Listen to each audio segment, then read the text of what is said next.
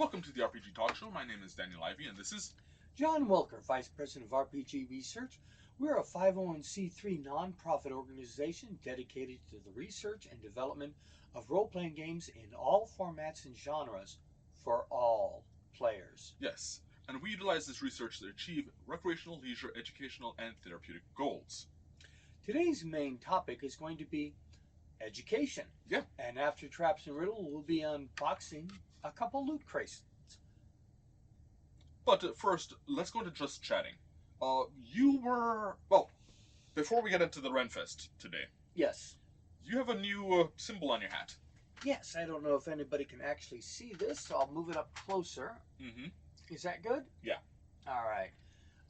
I have various different pens, patches, etc. that I put on the hat, depending on what the topic or what I'm actually doing when I'm wearing it. Yeah. So when I was at the Renfest, I put on the Dungeon Master pen rather than the Call of Cthulhu pen because I'm not playing Call of Cthulhu.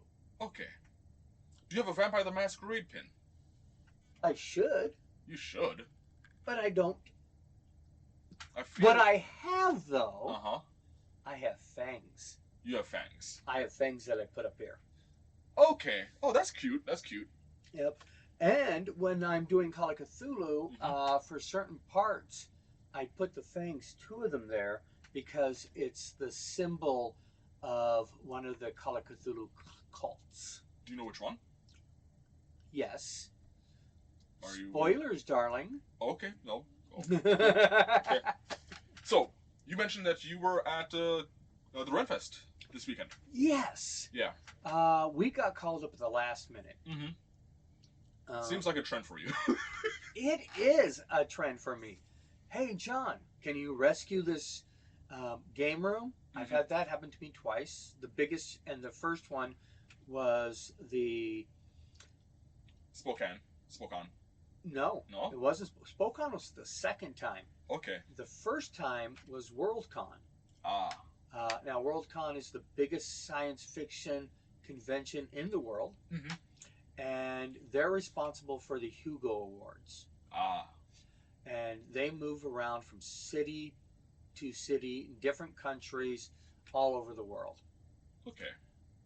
In fact, we hosted Helsinki, I think, on our servers during COVID. Yes, I remember that. All right. But for the first time in 2015, I said, hey, I would like to run Adventures League. I'll get a bunch of Dungeon Masters, and we'll run some Dungeons and Dragons Adventures League. But 1 month, exactly 30 days before the convention started, I got a message saying, could you just run the entire game room? And being completely insane and maybe brain damaged, I said yes. I was expecting to be able to work off the notes of the last guy, the guy that dropped the ball on this. He had no notes. He had left nothing, not a single contact, no information whatsoever, and did not respond to any of my emails or attempts to contact him. That's unfortunate. So after 30 days of doing that, I actually successfully did a good game room for WorldCon. I had new games being introduced that hadn't hit the market yet. I had plenty of games in all genres, including a starship simulator for the command room. For Star Trek. Well, no. No, it wasn't Star Trek? It wasn't Star Trek. Okay. But it was Star Trek without the copyright. Okay, so they filed off the serial numbers on it. Yes, exactly. Yeah, because I've heard about that with Star Trek. So I guess this was before they got the license? Well, there's different companies that are doing it. Oh, okay. And this company, I don't even remember their names now. Okay. But Renfest. Renfest, 1 week before it was started, Stephanie from Uncle's Game in the Valley got the call that our game room people, dropped out. Ooh. And so she had to do kind of what I had to do, but in 1 week. Ooh. So it was easier for her because all they were supposed to do is we need dungeon masters for Dungeons and Dragons. Yeah. One person refused to do Dungeons and Dragons. Okay. So he brought in a game called Households. Yeah. And it's about fairies. Okay. And other little people that would like use a pair of scissors as a great sword. Sewing needles for rapiers, etc. Yeah. But there were a couple people that decided to do Pathfinder instead. I did Dungeons and Dragons starter set and the Lord of the Rings starter set, which is technically Dungeons and Dragons 5th edition. Yeah. Because when I was told about this, I was like the first person called. It was, they want Dungeons and Dragons. Yeah. I mentioned Lord of the Rings, and I said, no, Lord of the Rings is Dungeons and Dragons. Yeah. And she was like, oh, okay, good. But apparently other people said, well, I can't do Dungeons and Dragons, but I'll do this. Okay. So she got enough players there, and then she also had people playing Magic the Gathering. Okay. And she set up a little, we're in a big tent. That had plenty of space, and it was conveniently located. Just across the path there, 15 feet away was food and coffee, and we had a outhouse really close, like just outside of the tent. Ooh. Well, it didn't smell, or at least Okay. I didn't know that it smelled. Well, we can't trust your nose. Yeah. But nobody complained about it, so I assume it was okay. And the interesting thing was that the Renaissance Fair, this was their booth. Yeah. Uncle's in the Valley was just running it. And they had their little store there of selling things from Uncle's. But we had to collect in cash and keep separate $10 for every player. Oh. Now you could play all day if you wanted to, but it costs you $10 to take a seat in the tent. Okay. And except on Saturday evening, because we had some celebrities come into play. Yeah. We had Isaac C. Singleton Jr., known as Bosun in the Pirates of the Caribbean, the voice of Thanos across film, TV, and games. In Guardians of the Galaxy, first movie. Yeah. When Star-Lord's going through kicking swamp rats and stealing something. Yeah. He comes up and confronts him. And Star-Lord says that he is Star-Lord. Famous international galaxy thief or intergalactic thief or whatever. And Isaac's character says, who? That guy. Okay. Yeah. Now, Lee Arenberg was the other one. He's beloved as Pentel in Pirates of the Caribbean. Grumpy from Once Upon a Time. He's a short guy. Stocky, bald. But, he's been across a bunch of Star Trek series and fantasy, sci-fi alike. Yeah. I introduced myself to both of them. Gave them my business cards. Yeah. But Lee Arenberg was more interested in what I was doing than Isaac. Okay. And in fact, because Lee has a theater guild in LA, and they do a lot of the stuff we do, but with theater. Yeah. Including theater in prisons. Okay. Yeah. Okay, I can see the overlap. Yeah. Now, Lee is agreed to, but no, he hasn't contacted me back yet. So, to be on this talk show. okay. So, agreed to, but no commitment yet. Correct. We don't have a date or when he's going to be free. Yeah. And he has my contact information, including my phone number. Mm-hmm. I don't have his. So the ball's in his court. All the way in his court. Okay. So I'm hoping he'll get a hold of me. Okay. I'll give him about a month, I think, before I look for him on one of the social media platforms. Mm-hmm. Might have to get a Blue Sky account eventually. I've been meaning to do that. Okay. But anyways, so when they're going to be there, you know, it's $10 for the day, but the day ends at 6 p.m. Okay. Then we go into after hours. Yeah. So Friday was a full after hours thing. Abney Park was there. The Wellermen were there doing a concert. Mm-hmm. And Saturday evening, that's when Isaac and Lee joined us for a game. The price went up from $10 to $50. Wow. And nobody liked that. The celebrities didn't like it. We didn't like it as the people who were running the room. Mm-hmm. And obviously, potential people who wanted to have the chance to play a game with one of those two celebrities. Plus, there was autographs and photos that can be gotten. Yeah. They didn't think $50 was a reasonable price. No. It really depends on, I guess, what you're getting, but being in the presence of a celebrity and playing a game with them. And it does depend on who the celebrity is. It does. It does. If they're one of the famous celebrity role players, then they would probably take in $50. These guys are great celebrities. Yeah.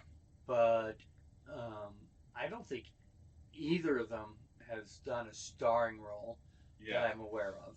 Yeah. And they're not known. I mean, obviously they do play Dungeons and Dragons. Yes. But that's not something that people go to their sites or anything like that and assume that of them. Now. So how was the game that they were in? They both liked it. Okay. They both had fun, but the only complaint I had was rather than signing Lee to my table, which was obviously the most appropriate thing to do, they each had to roll a 8-sided dice. Yeah. And whatever they rolled was the table they went to. Okay. And Isaac rolled table 1. Lee did table, I think it was 5. And I was number 4. I'm sorry. Yeah, but I got to talk to them. I got to give them my information. So they're at least semi-aware of me. I think Lee's more than semi-aware. And it was a lot of fun. Okay. This was also the first time, at least for the Spokane Renaissance Festival, that they had role-playing. Nice. Usually, and this is for every convention I've ever went to, not convention, but Renaissance Festival, they didn't have gaming. Now, you would go to a booth that sells toys and games. You might get them to demo a game, and preferably a game that is appropriate for the era that the Renaissance Festival is set in. Yeah. So Nine Man Morris, any of the old games, anything older than the medieval period and back, are appropriate games. We did in the Gen Con, we did even Native American games. and South American games and a bunch of interest things. Yeah. But that I believe we also did a Mongolian game. Yeah. Yeah. We actually did games with knuckle bones. It was the world turtle,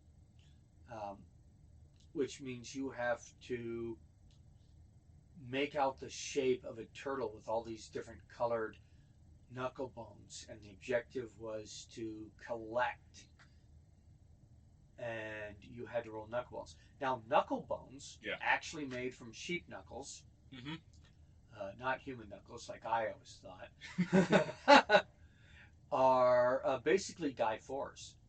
Okay. And you can tell by the shape of the knuckle and how it lands, whether it's 1, 2, 3, or 4. Okay. I don't have them to show off right now. No, I think they're in storage. Yeah, which is why we're not pulling out books and modules to show off most of the time. Yeah. Because until the new storage sheds are built, they're in a $400 a month storage shed. Yeah. And one of those things we're working on as we're trying to build back RPG research. I'm trying to work as quickly as I can, but I keep on getting pulled in so many different directions. Yeah. Yeah. You are a taffy man. I don't like being taffy. Well, actually, what was his name? Stretch Armstrong? No. No, you're Gumby. Oh, jeez. Gumby was fine, but I don't want to be Gumby either. I've never liked being pulled in multiple directions at the same time. Have you ever seen the Saturday Night Live Gumby? The one with Eddie Murphy? Yeah. I've seen clips of it, yeah. Yeah. I'm not sure what accent he was doing there. I can't remember it either. Yeah. Yeah. It definitely wasn't Homie the Clown, but... Ooh, that's a deep cut for people who know. Yep. Yeah. Although I have a much clearer memory of Homie the Clown than I do Eddie Murphy as Gumby. I can understand that. Yeah. Well, I mean you're still young. That, and I grew up with In Living Color. And right. For my money, In Living Color was a much better production than Saturday Night Live. I found it actually funnier. So, any questions about the Renfest? I mean, other than the fact that I kind of wished I was there, but we just went over that I feel like I'm being pulled in so many different directions. Yeah. I could not join you there. Yeah. I'm looking forward to hopefully they bring it back next year. If they do, I would like to try and, be available to be a game master there. For no other reason than, hey, I get to go to the Renfest for free, and I haven't been to a Renfest in, I want to say, over a decade now. Yeah, and they were like $30 a day. Yeah. Except Friday, which was $60 because it was the big concert day. I've only ever been able to go for like a day at a time.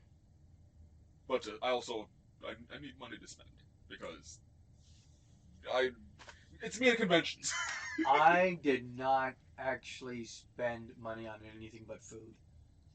I did pay for $13 for a glass of mead, which is, of course, fair prices.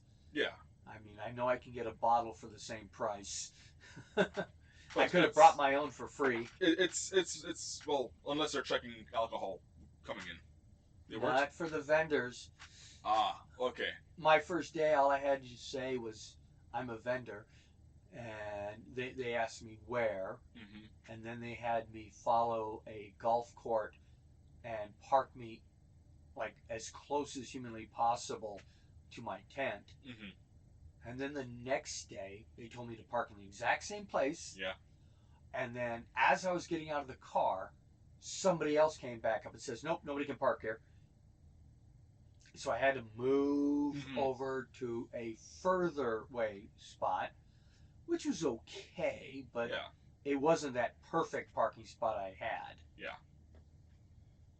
I'm hoping to one day be able to go to conventions like Renfest. Well, I consider Renfest kind of like a convention, but there's Lilac City that I'd like to go to.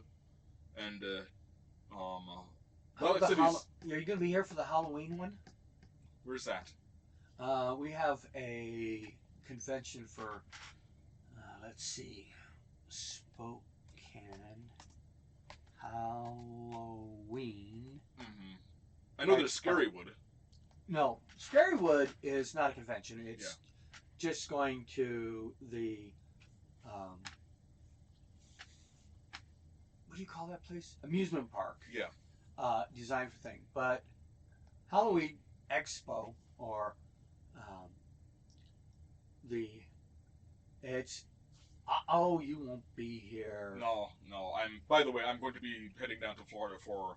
Well, I'm going to be going down this week, but by the time this airs, I'll be back. Hopefully. Yeah.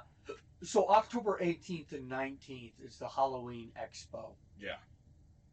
So yeah, no, I'm not going to be here for that. I should check to see if I should go down and DM, but I don't know. It might be better for me just to attend at this point. Sometimes you just gotta. Don't be. You're not part of the machine. You're just there to observe. Yeah. But yeah, I do enjoy conventions. I haven't been able to have the time or money to do it. And I feel like that's a lot of people right now. Yeah.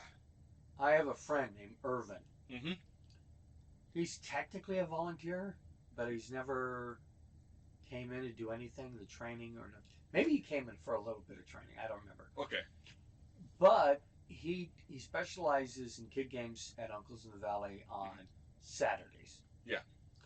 And at the conventions, he solo runs tables.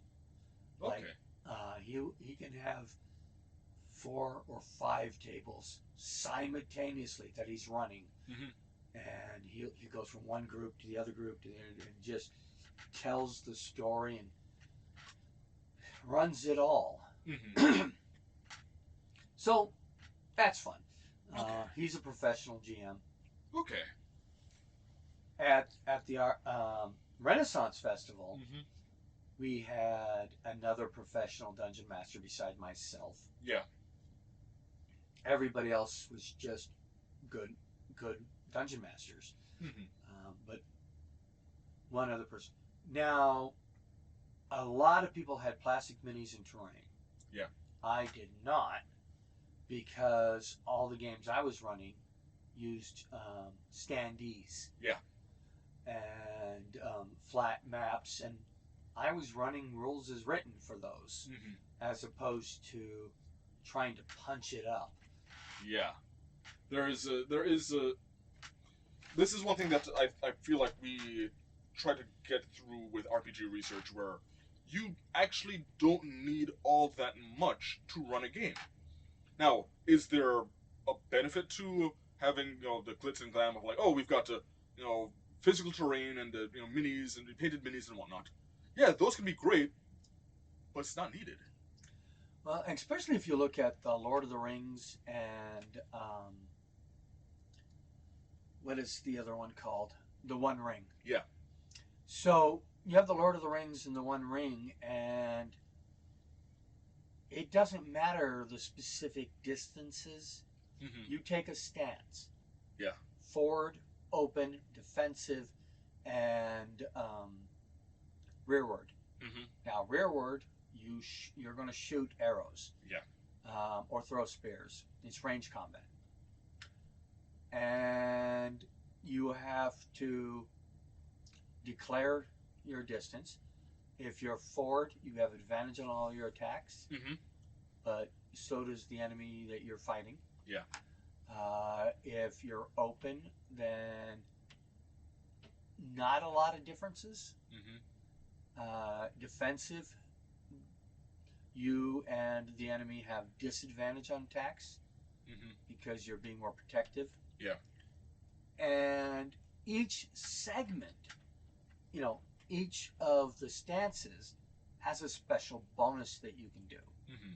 So instead of attacking in the forward position, you can intimidate. Okay. And there's one for boosting the morale to make things better. And the last one can do instead of shooting, I'm going to aim. Okay. To give you a better chance of hitting your target. I don't remember which one does rally and which one does. Yeah. But so you can, especially the D&D 5th edition ones, Yeah. Lord of the Rings, you can either use a grid map. Yeah. And play your combat like Dungeons & Dragons, or you can use their theater of the mind method. Yeah. Which is, so they've got a map that is just a circle. And if you are in the center versus if you're back, so the far closer into the center you are, yeah, you know, center's forward and all the way back for rearward. And so you just place yourself in those zones. Previous example of that had just a piece of paper with zones written on it. Yeah. Very plain. And you put your marker or your miniature in those zones. Of course, you don't even have to do the miniatures. I have cards from the original One Ring role-playing game starter set, which was the Oops All Hobbits starter set. And you actually got cards. Now, on one side of the card, it had all 4 stances. Then on the other side of the card, it had all 4 travel jobs. Oh, okay. So I didn't need a miniature or anything. You just face the job you were doing towards you, and that's all we needed to represent the combat. Yeah. Now, I know that we've gotten the travel rules is something that I particularly like in the One Ring role-playing game. Yes. And in AIM. And a lot of it goes into one. It makes traveling feel more not necessarily engaging. I agree. Yeah. You roll to see how many hexes you travel, and that's when an event happens. Yeah. So you can go 3 or 4 days with nothing happening as you're trying to get someplace. Also, travel is fairly long distance. Yeah. You know, a short trip could be 3 days. Yeah. So, and when you're traveling at 8 miles a day, that's to be expected. Yeah. So when you roll for that, you get an encounter, and I roll for what type of encounter it is, as well as which person has to deal with it. So it's a random type of encounter with a random type person, and they can be anything from total disaster, where you're going to be attacked by monsters and while it's raining fire or something, you know. Yeah. It's not necessarily ever that bad. Or it could be, oh my gosh, this is the most beautiful sight, and if all I have to do is pass it and everybody in the group has inspiration. Yeah. It gets a little more detailed in the One Ring itself because it follows, you know, the rule. But it's a much more simplified than Adventures in Middle Earth was. Yeah. And then you have your, not conference, audiences. Yeah. When you want to get information out. Now, not every sequence requires an audience. When you go to a shop and want to get tools or food or herbs or whatever. You don't necessarily need an audience for that. Yeah. Audience is when you really need to impress somebody. Yeah. And you can, in fact, in the One Ring one, your audience is with children in the new One Ring starter set. Okay. And intimidation can work on them, but you're going to get a shadow point. Scaring little children is not appropriate. See, okay. I'm gonna give a bit of pushback for that. Okay. I know enough young children who enjoyed scary movies.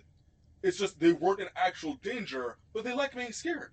They like scary stuff. Okay. You Yeah. find some kids after their village just got raided by orcs. Okay, no, that's That's a shadow point. yeah. Okay, further traumatizing children. Okay, yeah, that's shadow point. Hopefully, we will be able to get some more conventions rolling over in 2026. We're hoping for it. Yeah. Yeah, I really want to go to Gen Con, but we don't know. Mm-hmm. Because right now, we don't have the budget for those kind of things. No, and I feel like we also don't have a lot of the time because honestly, I'm Gumby right now, being pulled in so many different directions. Yeah. And you can only be at so many conventions before you get con crud because like you weren't even able to make it all the way through Renfest. You lost your voice. Yeah, I got laryngitis, self-inflicted wound, Mm-hmm. because while I'm waiting for players to come in, You're barking. yeah, I was out there yelling for people to come and learn, and I occasionally grabbed people and convinced them. One group says, "Do you dare enter the dungeon?" And she says, "You dare me?" I said, "I double kabold dare you." Mm-hmm. And I should have said double warg. But anyways, Mm-hmm. so I did get a few players in, which made it worth it. But the next day, oh Yeah. gosh, I couldn't even do the talk show on Monday. Yeah, that would explain the apology video that we put out for that. Yeah. Because you lost your voice during Renfest, barking. So the things we want to improve on next year Mm-hmm. is one, bring a megaphone. Yeah. Two, maybe rotate barkers. we were rotating. Oh, okay. But I was doing an excellent job of shouting because I had somebody come up to me, "Oh, you're doing a good job of this. We can hear you all the way from the other end." So, yeah, I was effective, but it cost me. Yeah. Now, so we want that. Mm-hmm. We also want the front gate to sell tickets. Yeah. Or bands or whatever. We don't want to collect the money. Yeah, that's a bit awkward. Yeah. So, and people finally get in there and says, "Yeah, it's going to be $10 and I need cash." Mm. Oh, right there is the ATM. Yeah. But yeah, they do the collections. I hope they do celebrities again. Mm-hmm. But they really, the whole thing needs to be better advertised. Yes, we were on the map. Yeah. Yes, they advertised the two people and said that they were going to be playing there. That was on the website and stuff like that. Yeah. But we needed some signage outside the tent. Mm-hmm.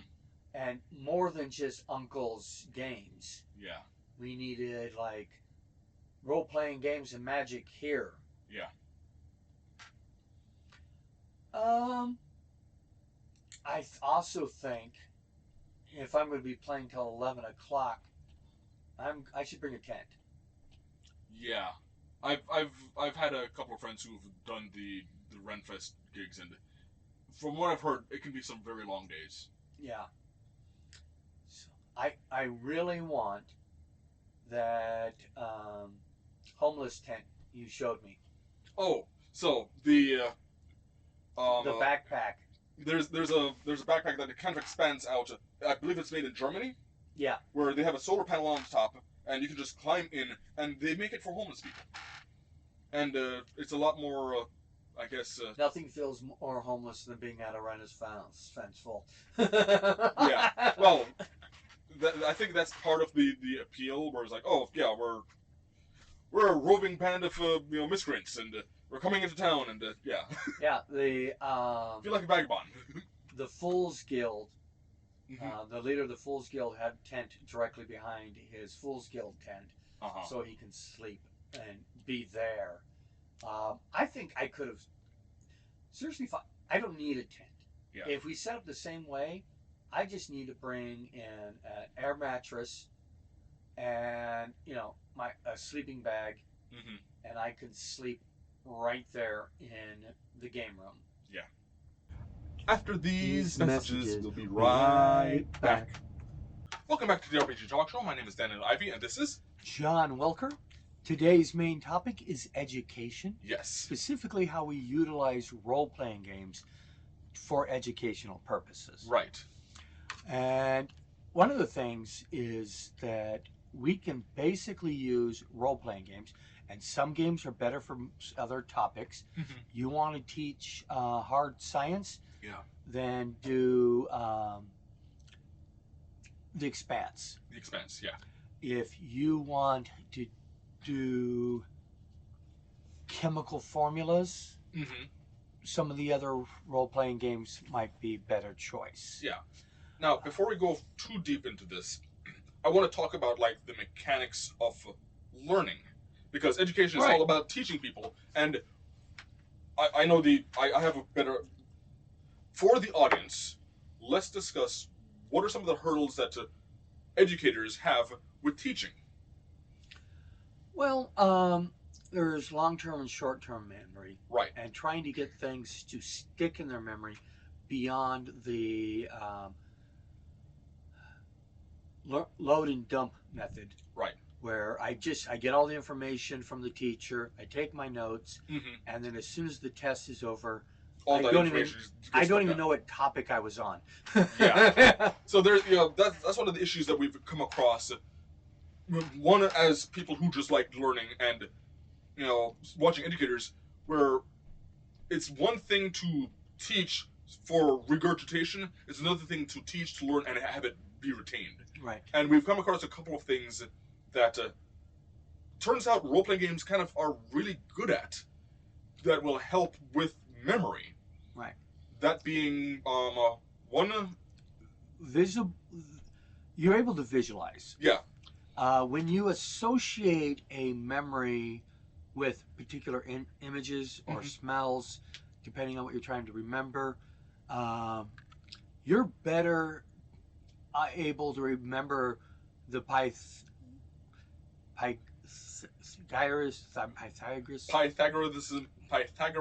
theorem. Yes. Yeah. Pythagoras yeah. theorem. And anyways, yes, I have a speech impediment. You just now noticed. Anyways, you're going to remember how to measure the sides of a triangle better when you have to actually put it into practice. Yeah. I need to hit this target. Am I within range? Yeah. Well, we got to, how far it is on the ground, and you know how high up he is. Do the math. Yeah. And you're going to remember that more because you're actually utilizing it and visualizing it, as opposed to some professor saying A plus B plus C equals D. A squared plus B squared equals C squared. And that's, I only remember that because rote memory had that bashing into my head. Right. But we found that with role-playing games, also, a lot of times there's a narrative attached to it, and when there's a story attached to what you're learning, you remember it better. Yeah. Narrative learning helps a lot. The visualization helps. Plus, there's another feature. It's called intrinsic motivation. Yes. When you're in a regular classroom, you are learning a lot of the times because you have to. Yeah. It's required, and somebody's going to go, rah, rah, rah, rah, rah, rah, rah, rah. And actually, I have a story about that. Yep. So, in high school, I had too many math classes. I am not a fan of math. I'm okay with it, but for me, it bores the tears out of me. Do people pull your string and you say, math is hard? No, I'm not one of those people. I don't find actually a lot of math hard. I find it boring. Right. So the joke I was having was, uh, in high school, I developed a nice set of abs from my math class because I was in the front row, but I was being bored to sleep, so I was constantly at a 45-degree angle because I wasn't allowed to hit my head wasn't allowed to hit the table, but I wanted to sleep, so I was constantly at that 45-degree angle. But for me, you'd think with me being an artist, oh, I did like geometry a bit because, oh, look, I'm dealing with shapes now. But when he started Also dealing, perspective. yeah, but the shapes, they weren't using shapes in perspective. Or more specifically in geometry, they weren't using perspective. Right. They were just showing me shapes and there was no utilization of it. It's like, okay, we're having these shapes, what are we using it for? Here's a random thing, and it made no sense. I really thought you were going to go to an abacus joke. Oh, no. My abs. I could count on my abs. All right. So I actually found out that, there was like cosine, SOHCAHTOA, sine, cosine, and whatnot. Sine, cosine, and tangent to figure out the hypotenuse of a triangle. And, okay, yeah, that sounds really, really mathy. And when I was first learning it, okay, I remembered SOHCAHTOA, I remembered the equations and whatnot, but it was only there because, random thing like, I know. And I felt like, okay, You were told to remember this formula. Exactly. Cut to me being an animator in a motion graphic designer for the job that I was doing. And it turns out that, to animate certain things, sometimes I can type in an equation and it'll animate for me. So if I want to say, I've got a timeline, so from frame 1 to frame, say, 100, and I have a At 60 frames a minute? Whatever the frame rate is. Yeah. And I have a sphere where I know the location of it. Okay? It is, the XY coordinates are a specific location. Yeah. For a specific animation, I need it to create a circle. Now, I can either hand animate that, or, because in After Effects I had access to expressions, I put in an equation where I pulled the data from the frame and connected that to an equation to figure out the XY and did a sine wave on that. Right. That had me memorize it a lot more than rote memorization of SOHCAHTOA for... This wasn't even trigonometry. This was just geometry. I have a player, the player, Yeah. who's always complaining that his geometry question that is solved with a simple algebraic equation is trigonometry. Trigonometry. Yeah. Yeah. Mind you, I've never taken trigonometry. I've also never taken calculus. That's because, 1, they weren't required, and 2, I did not like math because it bored the tears out of me. Yeah. Yeah. It's, honestly, one of the reasons why I like biology. Don't put me in biochemistry. That's adding way too much math in there. Like, no. Oh, wait. You didn't have to give drugs, which needed to be calculated by size. Dosage? You have to calculate dosages Uh-huh. and everything. My nursing school was the first one in the United States Army that allowed the use of calculators. They said, ooh, yeah. Calculator just gets you the wrong answer faster. And here's one of the problems with, AI and calculators and whatnot. I genuinely believe you should understand what you're doing without the need of the additional tools. Because if you don't know it, doesn't matter if you're using a calculator, you're coming up with the wrong information. Yeah. You have to use the formula correct. Yeah. You have to understand what the formula means and then using a calculator will just get your answer faster. But if you don't understand the formula, you're going to get the wrong answer pretty quick. Right, and this is actually a conversation that I've had with my brother, where I will not disclose where he works, but he does do some programming that is AI supported. Yeah. And he grew up with me, where we learned to code, and we didn't have AI to teach us anything. So he has a group of underlings, young people who are learning to code with AI, but they don't know how to check their work. They don't know what any of the formulas mean. Right. They punch in the prompt, but they can't check, is this right or wrong, or if it's wrong, why is it wrong? Yeah. Yeah, which is one of the issues that I have with the accelerated development of AI. We're getting dumber faster. Yeah, you've seen my discussions I have with one of our fellow gamers Mm-hmm. who understands architectural drawing. Yes. But he's young enough that he's never actually drawn an architectural drawing. He's always relied on computers. Yeah. He can do the formulas. He actually understands the formulas, but he doesn't know what the powdered bag full of eraser dust is for. I don't know either, but I wasn't in architectural drawing. Yeah. I wasn't in drafting. Well, what do you do to prevent your hand from smudging on the table? Oh. Use a stick?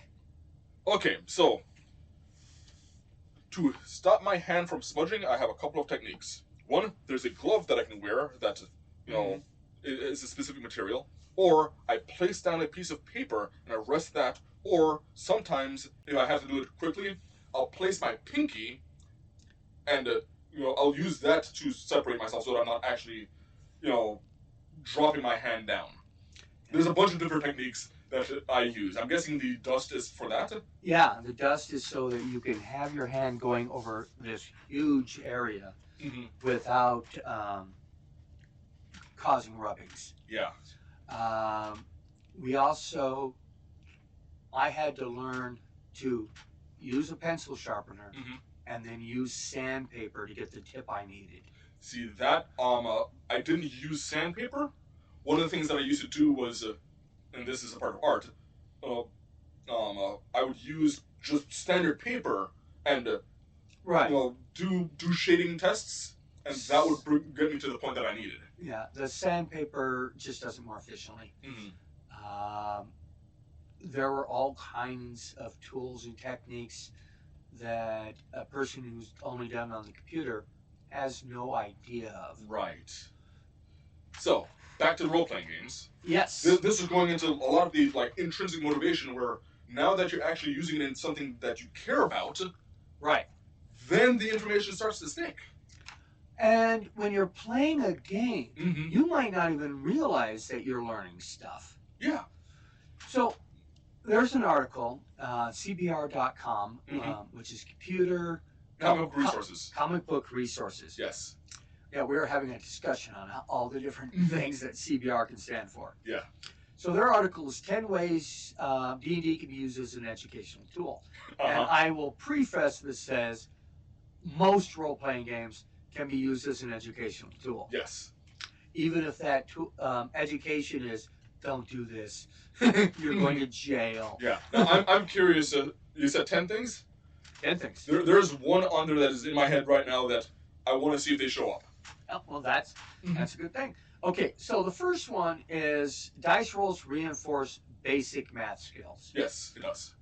You're doing math every time you roll the dice. I add the numbers up, I add my modifier, and does it equal or exceed the goal? Yeah. Or it's in percentages.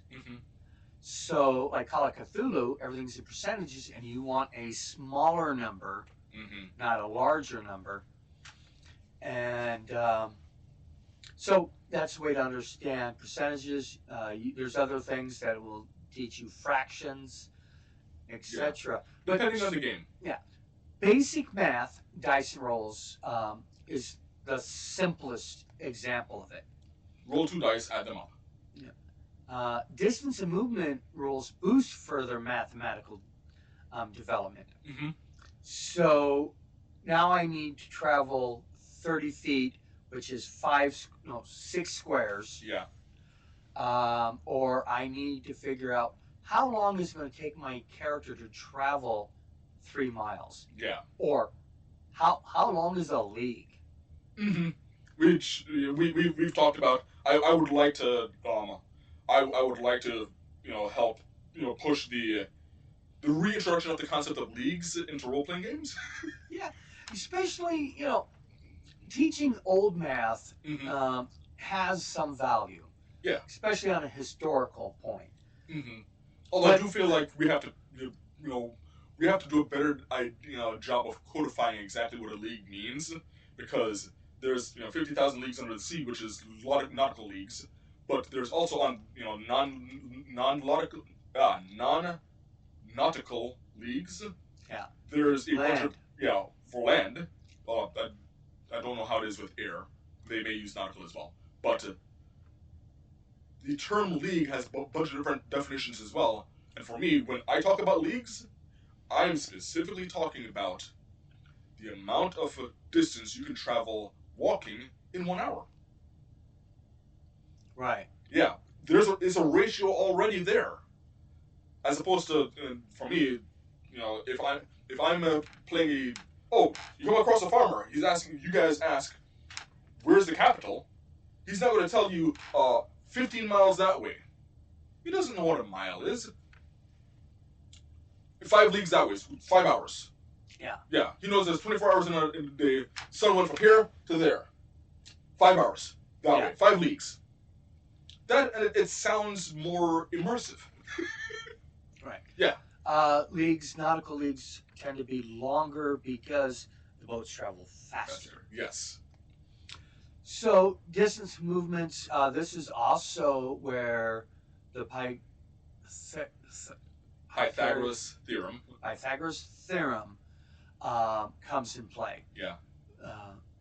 Trying to calculate distance in a 3D element instead of 1D. 2D. Yeah. 1D is just a single point. Yeah. 1D is a point. 2D is a flat plane. By the way, and there we are. Dealing with maps teaches you geometry. Yes.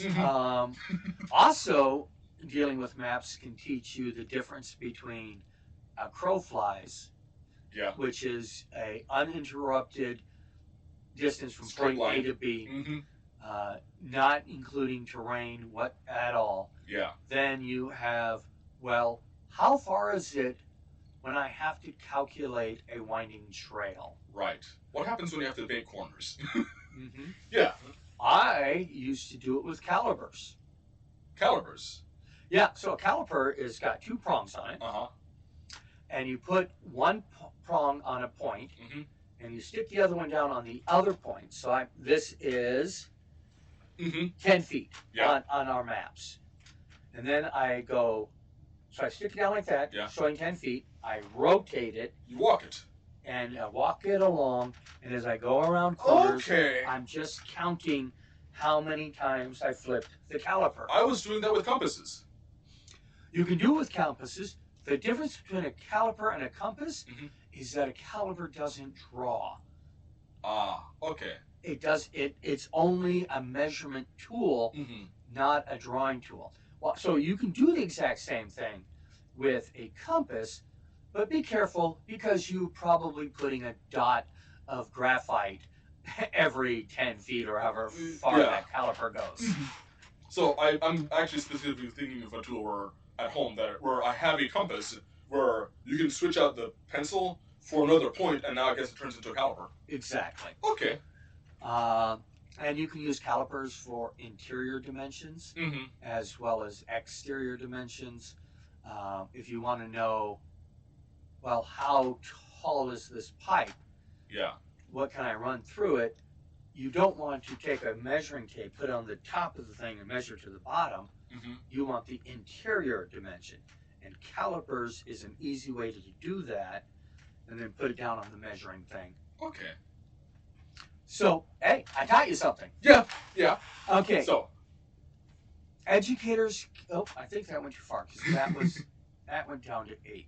Oh, wait, we're counting backwards. 10, yeah, 10. 9, 8. Educators can use the setting to integrate curriculum. 3.5 was good for this. Mm-hmm. You can, when you're making magic items, when you're creating items, uh, it was perfect for using the tools. Now they're saying that you, instead of using rent modules, you can use the in-game world to teach students the world around them. So you create your module Mm-hmm. to emphasize the skills. We had a Yeah. customer that was like, we just we really couldn't put a proper curriculum together. Mm-hmm. We did have a plan, a program, but it was teaching by opportunity. Yes. Every time we had an opportunity to teach anything, Mm-hmm. we were supposed to grab on it and document. Oh yeah, and I believe for that client, I latched onto a whole bunch of anime that the client was watching, and pointing out like, okay, these are historical references, and suddenly, I mean, just because it's cartoons doesn't mean that they're not making historical references. Oh yeah. Yeah, I mean, I'm immediately thinking, Apothecary Diaries, Right. which makes so many references to ancient China. Is it a specific time? No, but it's you have the inner courts and all of that politics, which is useful. And anytime you can bring up, for me, the romance of the three kingdoms, there's more history. Right. As far as Japanese goes, Yeah. Black Samurai was a good choice Mm-hmm. for learning about the history and the names and the districts. Yeah. There was lots of learning potential in there to teach you about Japan. Yeah. There are other ones. Heck, even not Five Goes West, because I don't think that used real names. But there's a lot of opportunities in stories and role-playing games. Well, not necessarily Five of the West, but American Tail is wonderful for That's a lot the of one references. that's the one I was trying to come up with, because it was a better teaching tool than Fifle Goes West. Oh yeah. Long-term. So we did a role-playing game that I wrote the module for using GURPS, and I used it to teach the history and the culture of Native Americans during the long walk. Yeah. Yeah, and then I decided that I was going to add on to that some of the political and social implications, because horrible things are happening, and now I pointed out, and you're in a complicated situation where you may want to do the right thing. It may not be possible to do that. Right. Yeah. Or you have to be very clever on how you do that. Right. I feel like there's so much potential if you just take instances in history and just create modules around it. For example, what if there's just a campaign where, for one way or another, you're doing the what is it? Harriet Tubman. Yeah, the train. Yeah, Underground Railroad. the Underground Railroad, and you have to deal with just logistics of that. I feel like a lot of people could learn from that, and you're pulling from historical references, or you're dealing with Black Plague. And there are some good modules that deal with the Black Plague. Mm-hmm. But I'm writing a Cthulhu module. Yeah. And it's set in, I think, 1933, but I have to double check it. You were telling me about that. Yeah. There were a lot of fires set. Mm-hmm. And windows broken. Yeah. Night of Mischief, or it's Mischief Night. Mischief Night, yes. And I almost think it was the day before Halloween. Yeah, it's supposed to be the day before Halloween. Right. So my story is it's the night after. You're now on Halloween Day. Mm-hmm. The Night of Mischief has happened. Somebody hires your group to try to find a lost child, tween or whatever, because it's amazing. The people who were causing all this problem Yeah. were young kids. Mm-hmm. Some of them not even teens. Yeah. So I'm looking into the mystical aspects of what could have caused this. And I know I pitched an idea to you, but I also looked into, because 1933 also had Chicago doing the World Fair. Right. And But it turned, not in October. yeah, that was in May. Mm-hmm. And it turns out that during the World Fair, there was a bout of dysentery. Yeah. Yeah. So There's several incidents, and we're just talking Chicago here. yeah. Taking a historical reference, especially in a game like Call of Cthulhu, Mm-hmm. where you can role play historical events with a twist. Yeah. Great teaching method. Mm-hmm. Now, number 7 was long-term play modules, narrative concepts. Yeah. So D&D is inherently storytelling, Yes. and you can teach literacy, Mm-hmm. literature. Yeah. There's a module that I got. Mm-hmm. You know how we play Keep on the Borderlands, right? Yeah. Ruins on the Borderlands is based on a 18-something novel, and it's somebody's attempt, and it's free, Mm-hmm. but it's somebody's attempt to introduce literature Mm-hmm. to people through a role-playing game, rather than saying, you should read this book. Yeah. So play the plot, and you'll learn the story, as opposed to, well, here's a really, really, at times not well written or antiquated book where I'll use Shakespeare. Yeah. If you're not a fan of the way Shakespeare writes, it can be arduous. And some of the stories in Shakespeare are actually pretty good. For me, for example, I love Hamlet. I love Othello and Midsummer Night's Dream. Dream. Oh Yeah. yeah. Those are my two favorite. Yeah. Romeo and Juliet is there, especially the video they had us watch in high school that had actual nudity. I feel growing up in the public education system, Romeo and Juliet was overplayed. Of course it was. Yeah. That, and for me, I didn't really learn a new appreciation for Romeo and Juliet until I'd gotten out of school and someone came back and pitched this idea. What if instead of it being a tragedy, it's a tragic comedy? Yeah. Because one of the things that Shakespeare does is he has certain tropes in his comedies that are there in Romeo and Juliet. So the joke, the comedy being, Tomorrow you'll find me a grave man. well, there are the comedic elements, but the absurdity of 2 young kids, and in 3 days they fall in love, head over heels, and then commit suicide. That's absurd. It really is. And And when you realize that, I think he was 14 and she was 13. yeah, there's a certain absurdity, and when you're looking at it from an adult's point of view, where I'm trying to be a responsible parent, my kids are nuts, and there's nothing we can do. Like, it's just miscommunication all over. And again, we're talking teenagers having duels. Yes.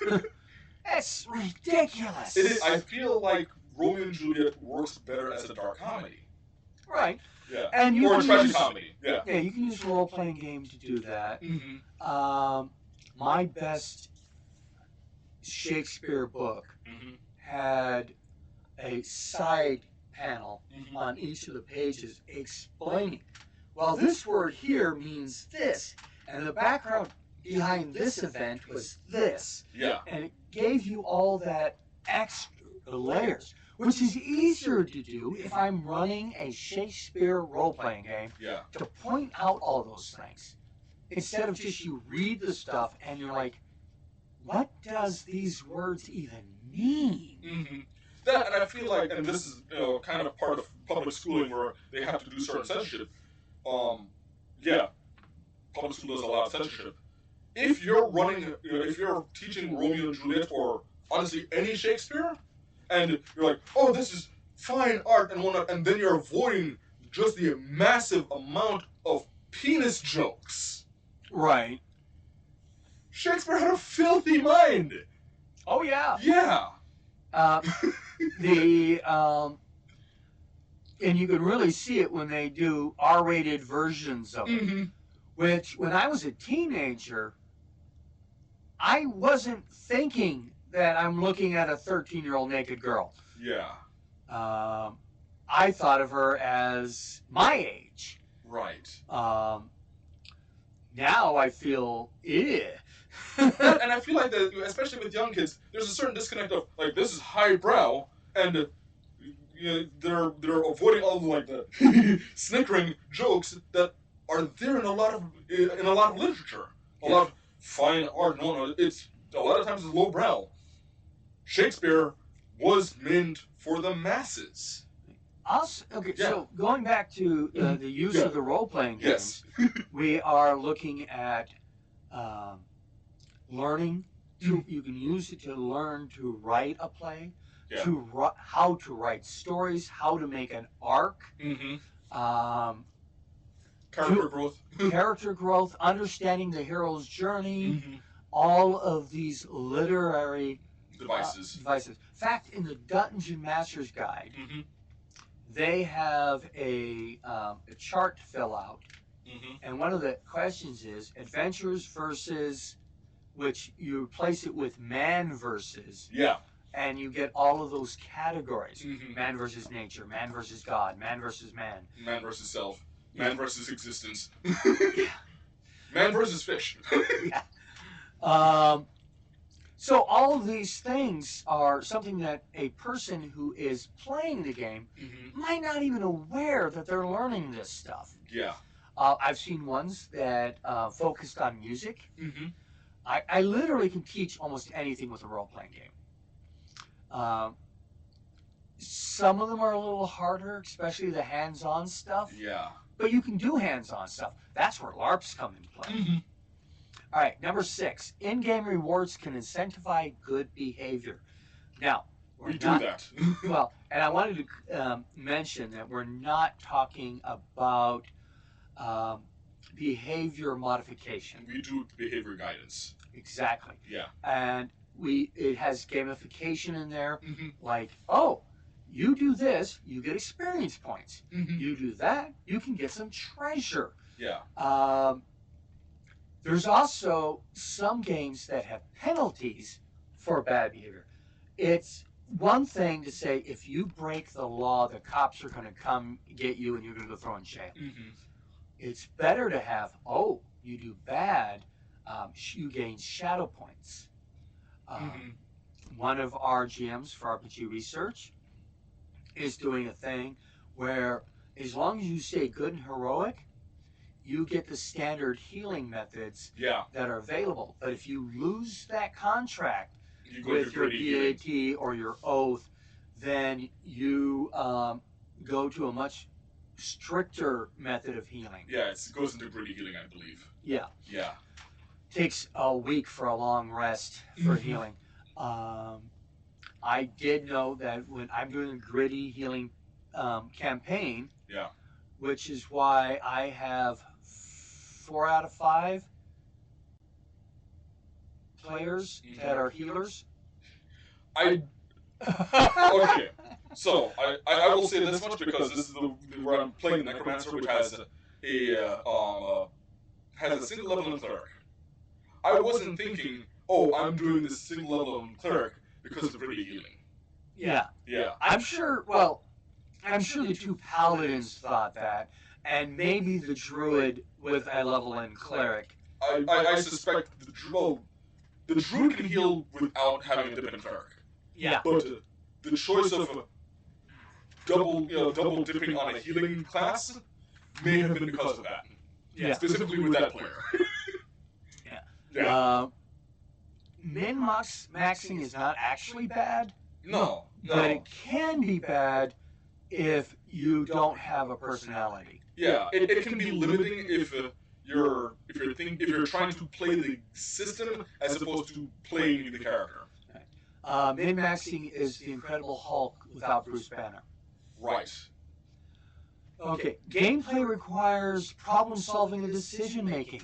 This is also one of the things that we feel helps people with suicidality, people learning that there are healthier options to approach a problem, and decision making. That's only number 5 on this. Role playing fosters social and emotional growth. Yes. The 10-year-olds that our fellow GM is dealing with, they have a lot of room for growth. Yeah. Because they're 10-year-old boys. And this is at a very delicate growth stage.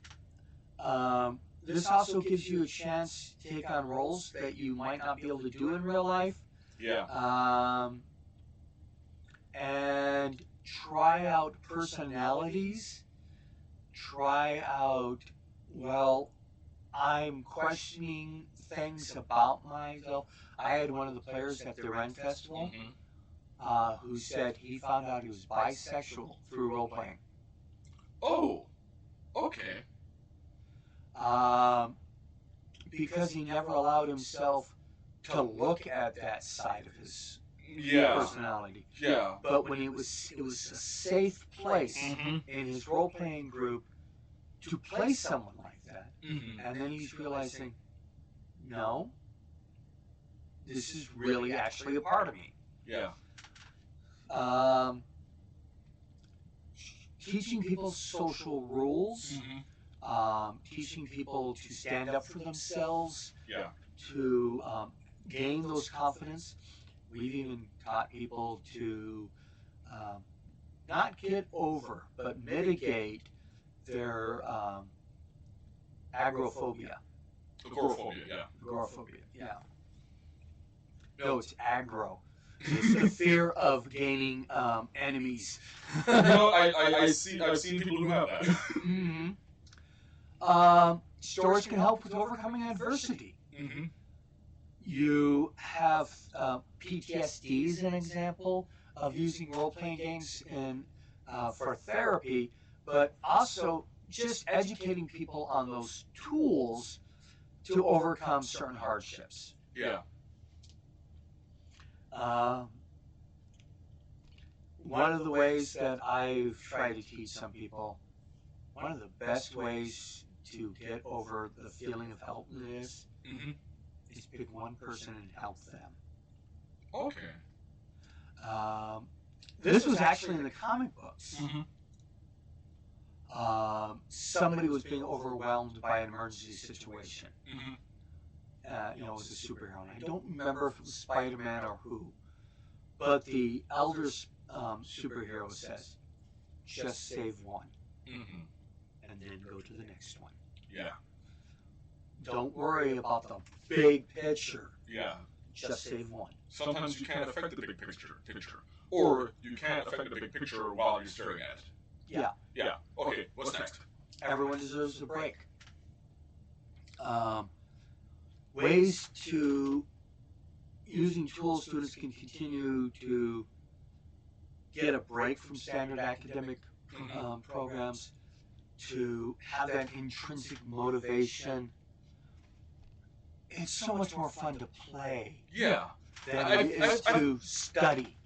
I feel like removing play from learning has diminished how important play can be and made learning so much harder. Yeah. Yeah. When we originally learning in America was done by doing. Yeah. Then we got into formal classrooms, and there was a lot of rote. You take the notes, you read the book, you get a test on it. Yeah. Experimental sciences were better. Yeah. When you can actually experiment. Yeah, and you can learn what happens when A plus B meets. Yeah. And you can also learn practical skills. And I feel like a lot of the whole, the cerebral thought of I'm going to do this in my head.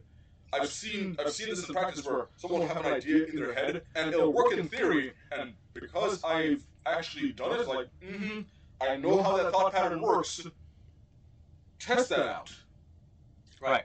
And the minute they test it out, they're like, oh, I hadn't even considered certain things. And a role-playing game is a safe way to do it. Yeah. If your experiment's going to go wrong, it's so much better not to have real people killed. Exactly. Okay, what's next? Play encourages information retention. That's one of the first things we said at the top.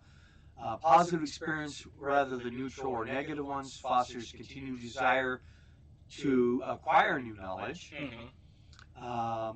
In Sweden they have a thing called After School, which was a program that was like a week.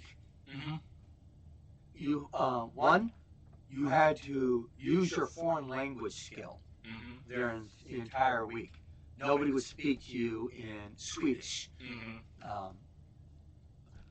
And I don't know what other language they were teaching. It may have been English. Yeah. Or a third language, it doesn't matter.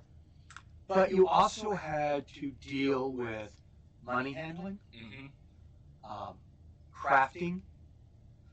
You also had to deal with physical problems, like leadership course type stuff.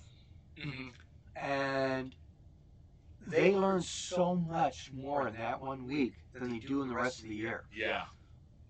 Yeah, when you start cross-referencing concepts and utilizing them,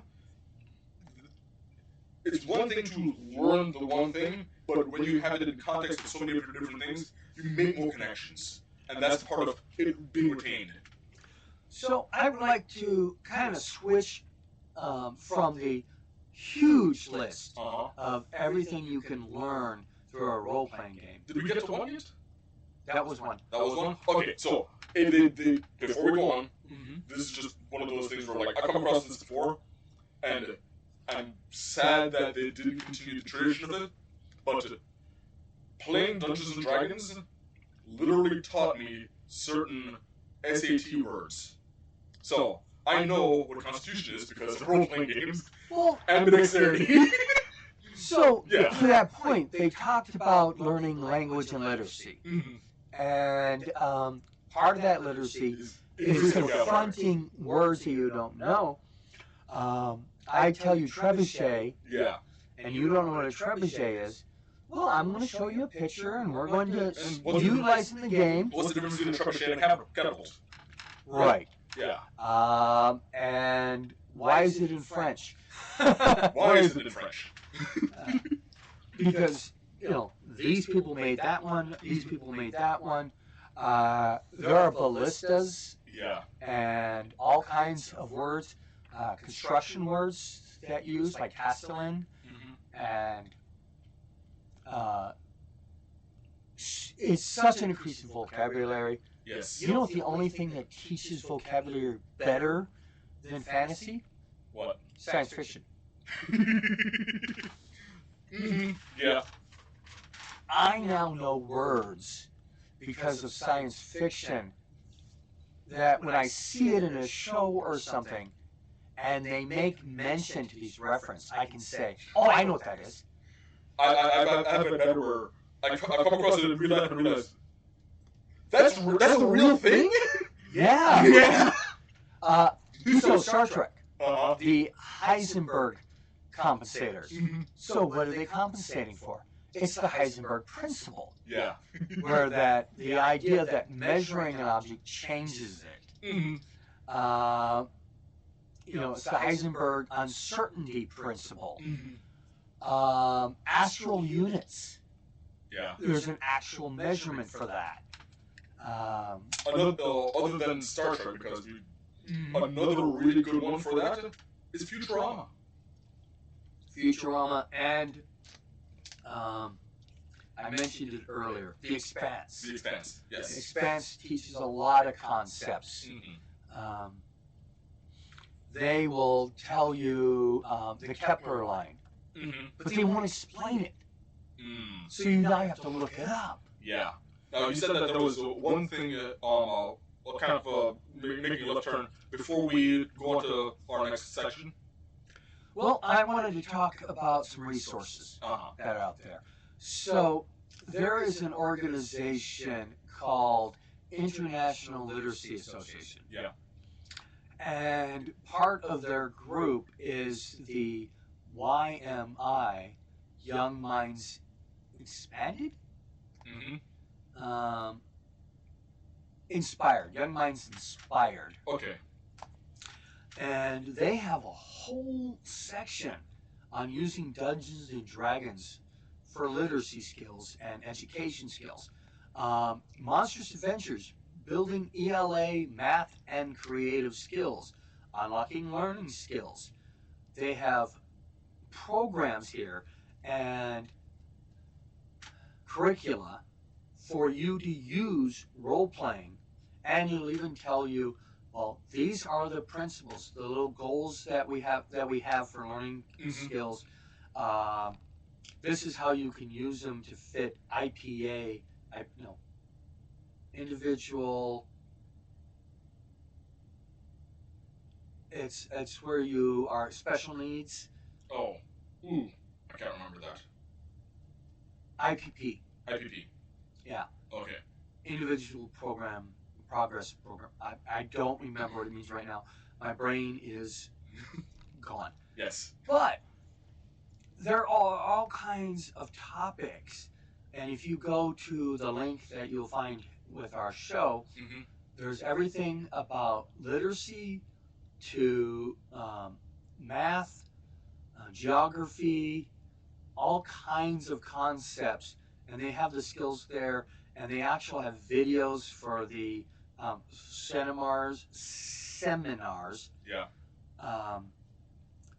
For everybody. Using Dungeons & Dragons to scaffold writing instructions. Leveling up reluctant readers with Dungeons & Dragons. Building emotional literacy through Dungeons & Dragons. Ooh, okay. Then there's things on how to play, after-school clubs, and there's after-school D&D kits that you can get, which includes the starter set. I don't know if they're going to change that, because the original starter set they used was the Isle, Stormwreck Isle. Okay. And now they're using not Stormwreck Isle. Well, I don't know if they're using it yet, because the brand new starter. Borderlands? Yeah, Keep on the Borderlands, or Heroes in the Borderlands, as it's called, which is set at the Keep of the Borderlands. Okay. I don't know if they're using that yet, but I think they're still using Stormwreck Isle as their teaching mode. They have one, Build an Adventure. That's a learn to write tool. Okay. So what was the name of that website again? Young Mind Inspired. You go to ymiclassroom.com/lesson-plans/DD/. Okay. So again, the link's going to be there. Okay. So what do we have next? Therapeutic recreation. Okay, that's next week? No. No. That's another reference. Okay. The Therapeutic Recreation Program Design 6th edition book. I was actually last using the 5th edition. We called it the cookbook. Yes. Because it looked like a cookbook on the cover, a famous cookbook. But now it's more of a wave on the cover. So they changed the artwork. Okay. But I know that's a really good resource for setting up lesson plans. It was what I used to set up my education program alongside the curriculums for Dungeons & Dragons, so I could meet both the recreational therapy programming and the IPP that was needed for the client. Okay. So I know that we need to wrap up this section. Okay. Well, we'll gladly do that. And the next thing we're going to do is traps and riddles. Yes. And then after that, we'll be doing some unboxing. Okay. So, after these messages, we'll be right back. Welcome back to the RPG Talk Show. We're going to traps and riddles. Yes, Trap and Riddles. We're sticking with the Challenge of Champions 4 by Jonathan M. Richards. Artwork by Kyle Hunter. Cartographer is also Kyle Hunter. This is from Dungeon Magazine, March/April 2002, issue number 91, volume 16, number 1. Mm-hmm. This is going to be scenario 7. Okay. And remember that each Challenge Champions is a series of 10 scenarios designed to test the leadership, adaptability, and cohesion of the adventuring group. The scenarios are of equal difficulty to everyone, regardless of level. Rules are as follows. Team members must wear regularly clothing only. Any weapon, armor, gear, or magic items needed for the scenario will be provided. Spellcasters can have no spells memorized or prepared.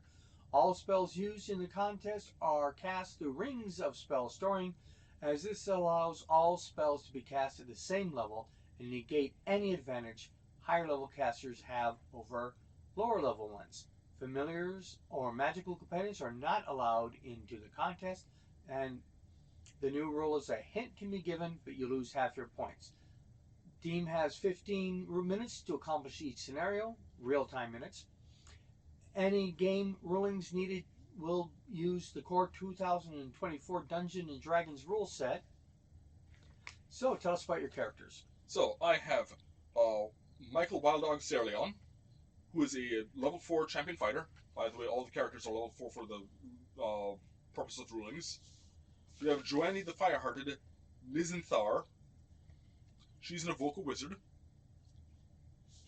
We have Geraldine Golden Dawn, a life cleric of Procan, the Greyhawk god of sea, weather, and navigation. And we have Scotty Quickflash, who is a thief in the local guild. Alright, excellent. So I see a lot of lava. Lava. Yes. I call this the floor is lava, but the actual scenario number 7 is pieces of an eggshell. Pieces of an eggshell. A guild wizard named Mercurio is waiting for you at the end of the 6th scenario. You've made it this far, he says. Now you must cross a pool of lava to deliver a valuable spell component to Desperate Wizard. The spell component is the small piece of eggshell taken from the egg of a red dragon immediately after it hatched. Mercutio hands you the eggshell fragments about the size of a human hand. Okay. Note the layout of the pool of lava, says Mercurio. There are 4 small stone platforms rising up out of the pool. Each is 1 foot in diameter. To assist you with your crossing, here is your starting equipment. 2 10-foot-long wooden boards and 2 gloves of storage. 1 glove holds a ring of spell storing loaded with an Endure Elements fire spell, and the other holds a homunculus trained to attack everyone but its master. I won't tell you which is which, but note the stitching on the back of each glove. Also, be careful with the boards. They only support the weight of 1 of you at a time. And naturally, anyone falling into the lava will be declared dead immediately. There is one further thing to keep in mind. The floor on the far end is pressure sensitive, so as soon as anyone sets foot there, a wall drops to permanently seal off the starting area. I would suggest that you all be out of the starting area when that happens, if you wish to succeed in this scenario. If there are no questions, you may begin when ready. Okay, so we've got 2 10-foot poles, 2 gloves of storing. 1 glove of storing has a ring of Endure Elements. It's fire, you said? Mm-hmm. And 1 has a homunculus Yes, that will attack you. that will attack you. I was told that there was stitching on the back of the gloves. Yes, we are now beginning the timer. Yes. So, one of them has a glove has the letters IJDM stitch on the back. IJDM. Yep, so that's on the right hand. And the left hand glove is embroidered reads THNB. Okay, let me see about writing that down.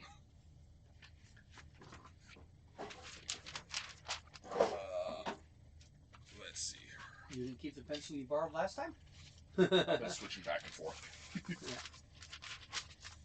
Because I figuring this out before anything else is going to be the most important thing. It could be. It could be. So, that'll work. You said one glove had what on it? The right hand glove has the letters IJDM. IJDM. And the left has THNB. THM. N as in November. ND. B as in Bravo. B. Okay. Okay.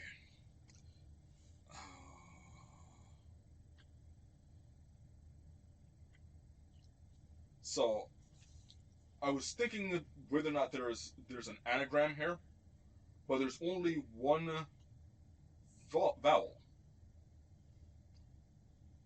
between the two of them. So I don't know if that's an anagram. Anagram being you can switch the letters around to create a letter or a word. Like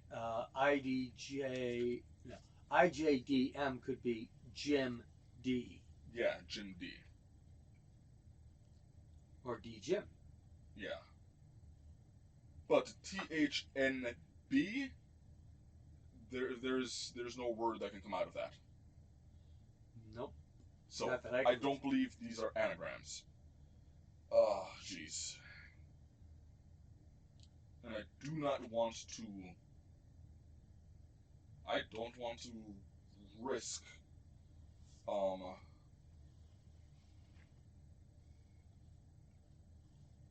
I do not want to risk just guessing, because then the homunculus will attack. Yes. So we'll start off with Scotty Quickflash.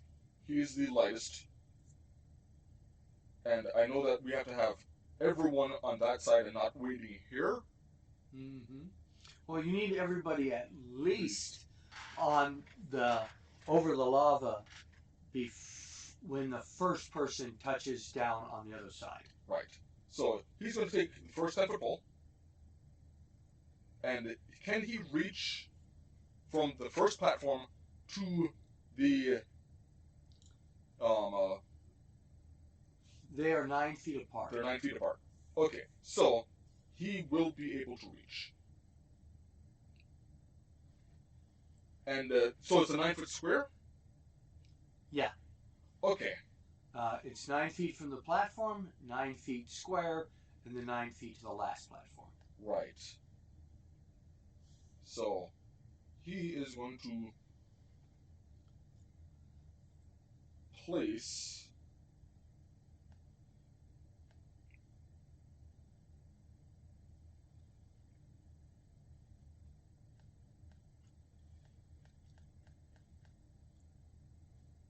how wide are the boards? A foot. A foot? Yep. So if I have, say,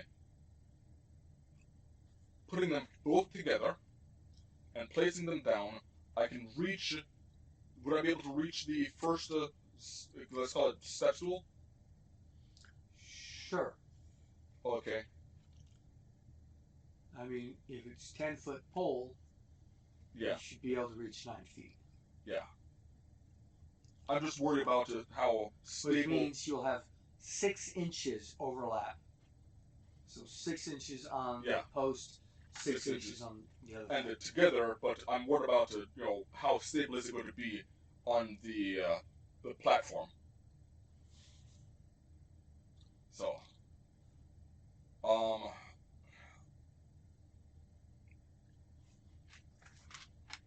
I might as well just ask for the hint now, because I feel like the words on that glove and losing half my tools because I can't figure it out is going to be All right. a pain. So what's the hint?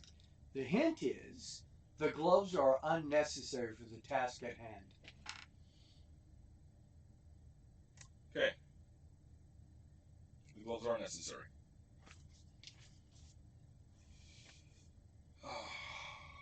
Again. A red herring. Yes. Okay. So, just the boards. Let's see here. 1, 2. Are those platforms wide enough for one person to stand on? Yes, they're exactly 1 foot. So you're going to have to balance there. Okay.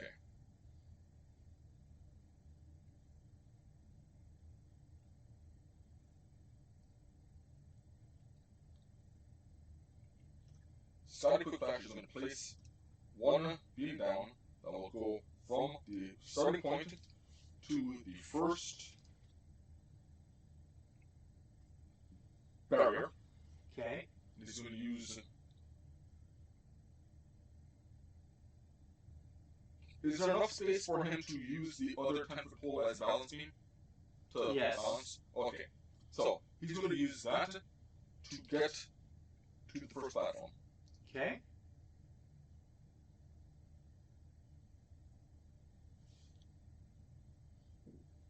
He succeeds. He succeeds. Okay. He's going to take the one that he's balancing with, Yes. and he's going to use that to bridge to the second one. Okay. Straight across. Yes.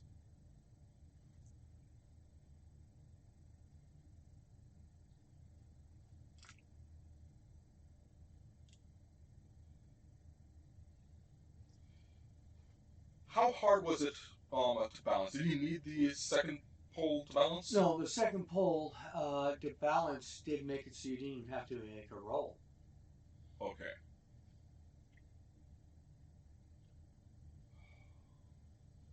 So, how much time do I have left? 7 minutes and 13 seconds. So I'm halfway done. Okay. Trying to figure out the mechanics.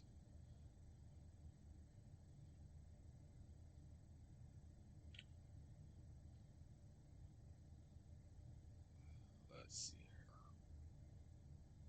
So if I try to balance, cross this without a balance beam, then I'm going to have to roll.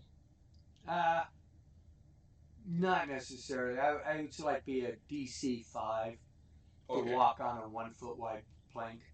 So Scotty is going to walk over to the next one without the balance beam. Okay. Okay. We're going to just use your, what do you call it? Passive Acrobatics? Passive acrobatics. Okay, so that's a 10. No one's going to fail then. Yeah, so don't have to worry about it. Okay. Okay. So from there,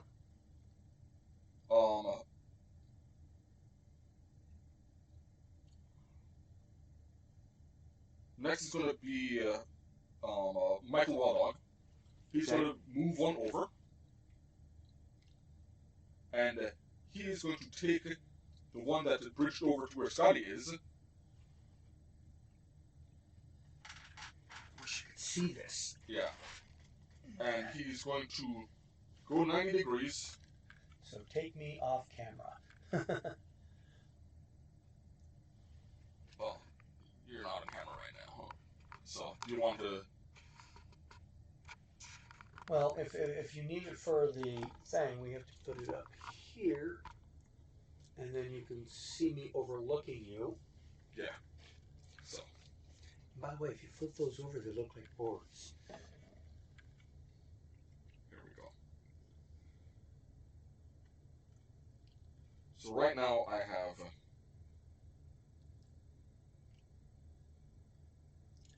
Where's Mad Dog? Mad Dog. And this is Scotty. It's right there. All right. So how did he get there if the plank is over there? Oh, it was this way. Yeah. Michael is going here, and then moving this one over here. Got it. And once he does that, he's going to move over. Got it.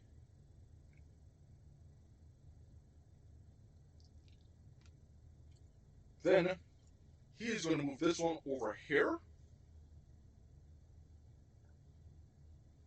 and platform over. Okay.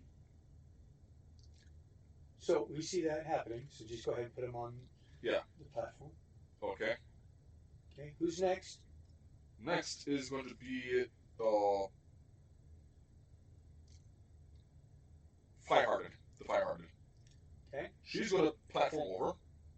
Michael is going to switch this one over to Scotty. Okay. He's going to hand it off to Scotty. Scotty is going to then hand it over to Golden Dawn. Golden. Well, not Golden Dawn. Joannie.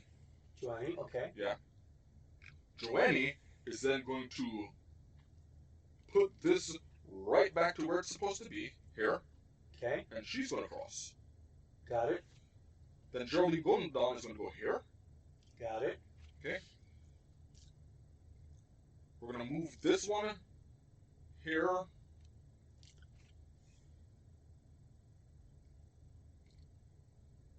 To Michael Wild Dog.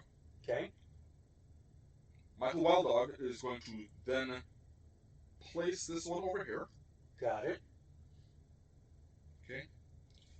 Geraldine is going to pick up this one and hand it over to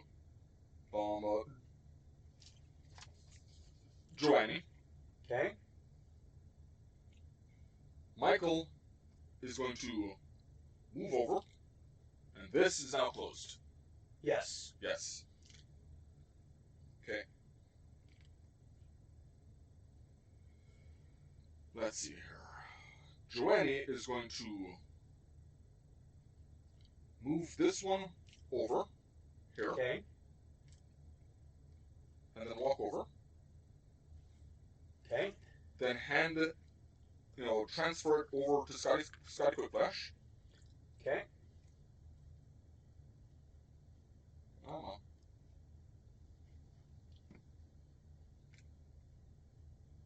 Scotty Quickflash is then going to take it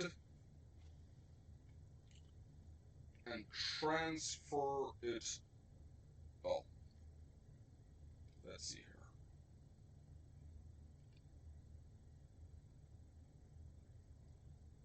He's going to step outside. Okay. She is going to move over. Okay.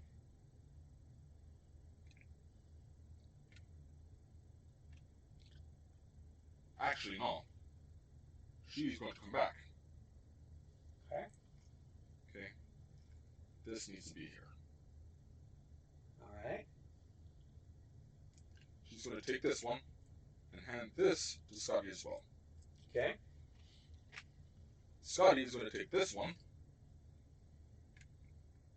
and hand it to Joannie. Right. Right?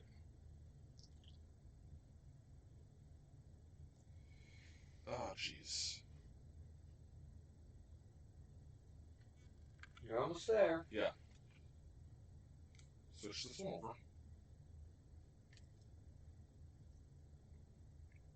Here. She's going to move over. He is going to take this one. Uh-huh.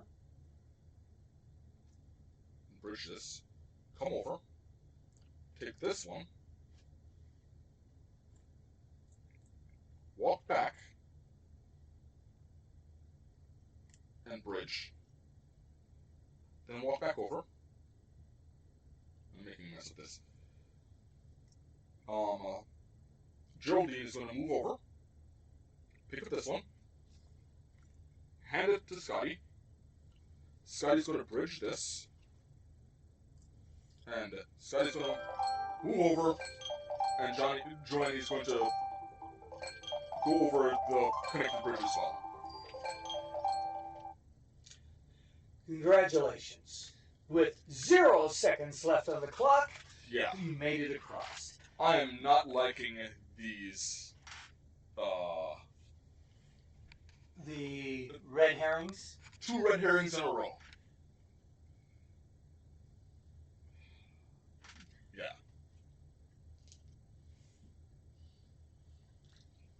But you did it. Yeah. So, Sorry it cost you 20 points. Yeah, it cost me 20 points. Because here's what I was thinking. Okay? I'm familiar with the gloves of storing. Yes. I thought maybe I'd need the gloves of storing to store the boards. Yeah. That's what I was thinking. I didn't trust the ring of fire protection for me to be able to go diving in the lava. No, because you would just drown. Yeah, just drown. But I was thinking about using the gloves as a storage, either storing the boards or the egg. Well, you could put the eggs in your pocket. Yeah. Or down your shirt or whatever. Mm-hmm. The main difficulty was the passing the boards back and forth. Which I figured out. Yeah. And this is a maybe many military services, but the Army has the exact same pattern, except without lava. Yeah. But I figured it out.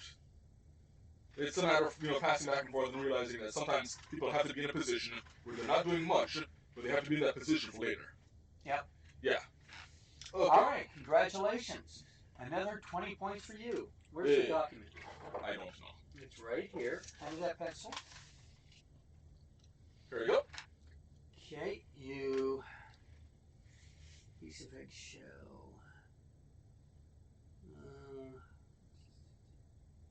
So that's 5, 5, 5, 5, 5, 20.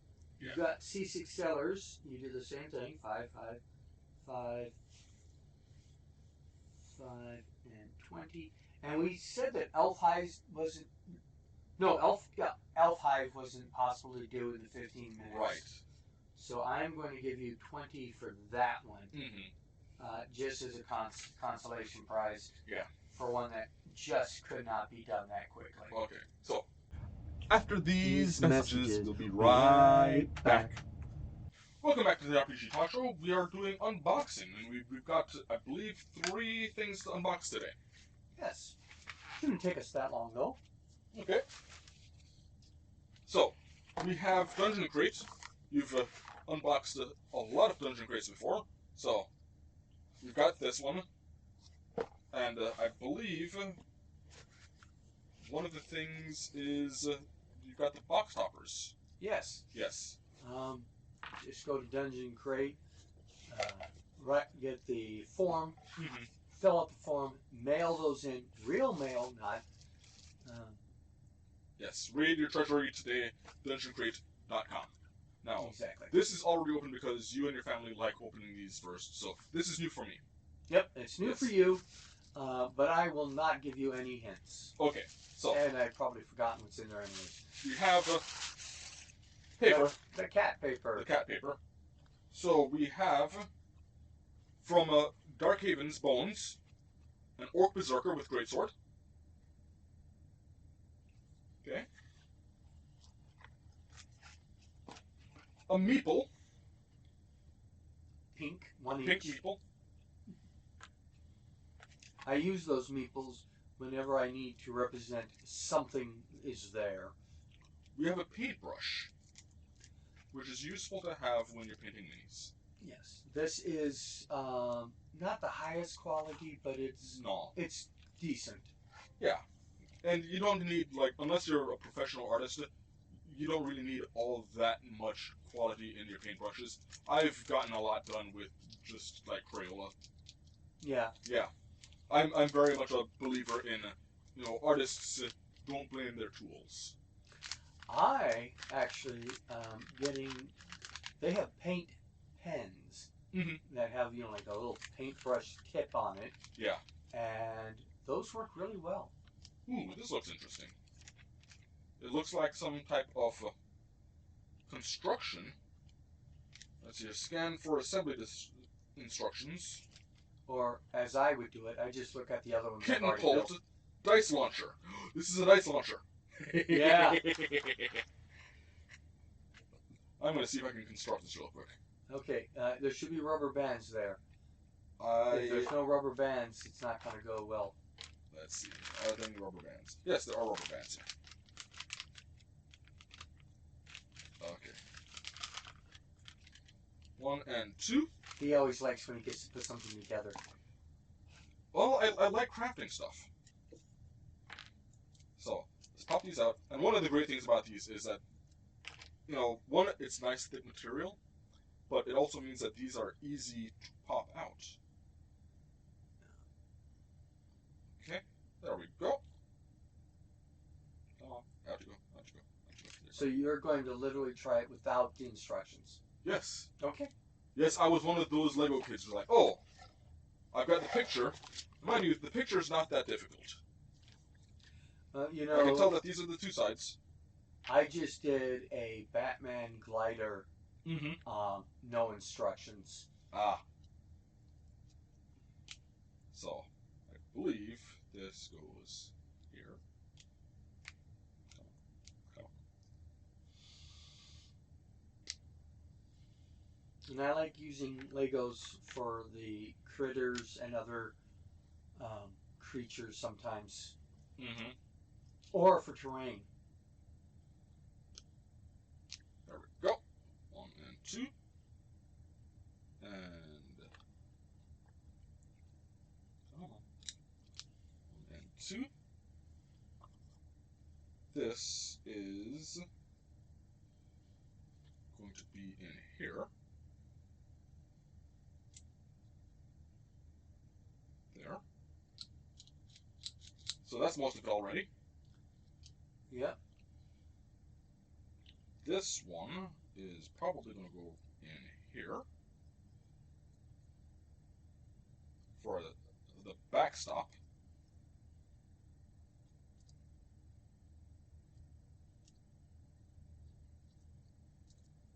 Come on, there we go.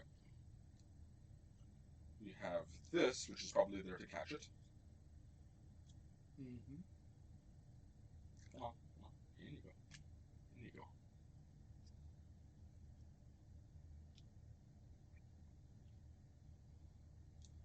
Let's get this back in.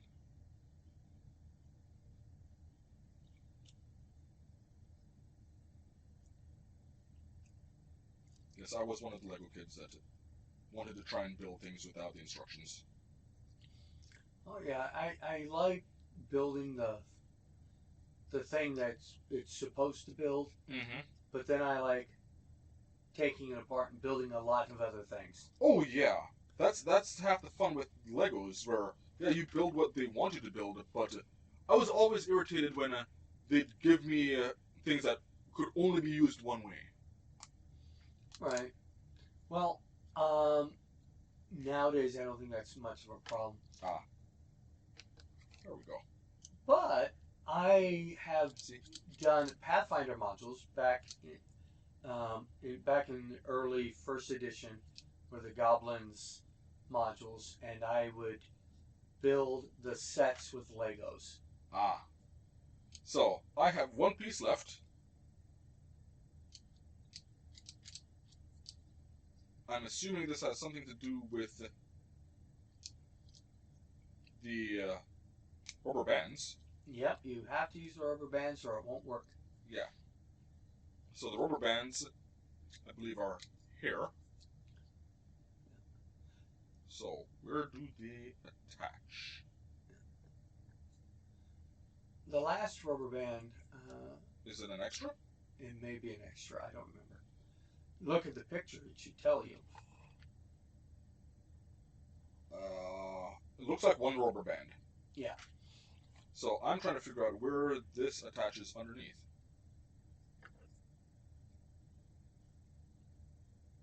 So it may be like this. Yeah. And let's give it a catch.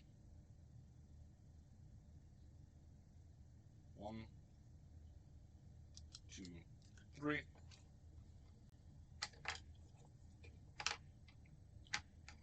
we go. Built it. Yay! So, You better have enough space to launch her mini, or something to stop it from hitting yeah, GM. it didn't go that far. So, we have item names, some post-its, Well, they're not post-its, but there are notepads notepads. for you to design your own magic item. Yeah, which is cool. Digital code. We're not sharing that. Yep, I'm greedy. We have stickers. We've got a dragon with a D20. This is... I feel like this looks like a gibbering mouther. Yes, that looks like a gibbering mouther to me. Yeah. Gibbering. And then we have a dice with a scroll, which is cool. Next, we have... Oh, it's a pencil with Wand of Writing,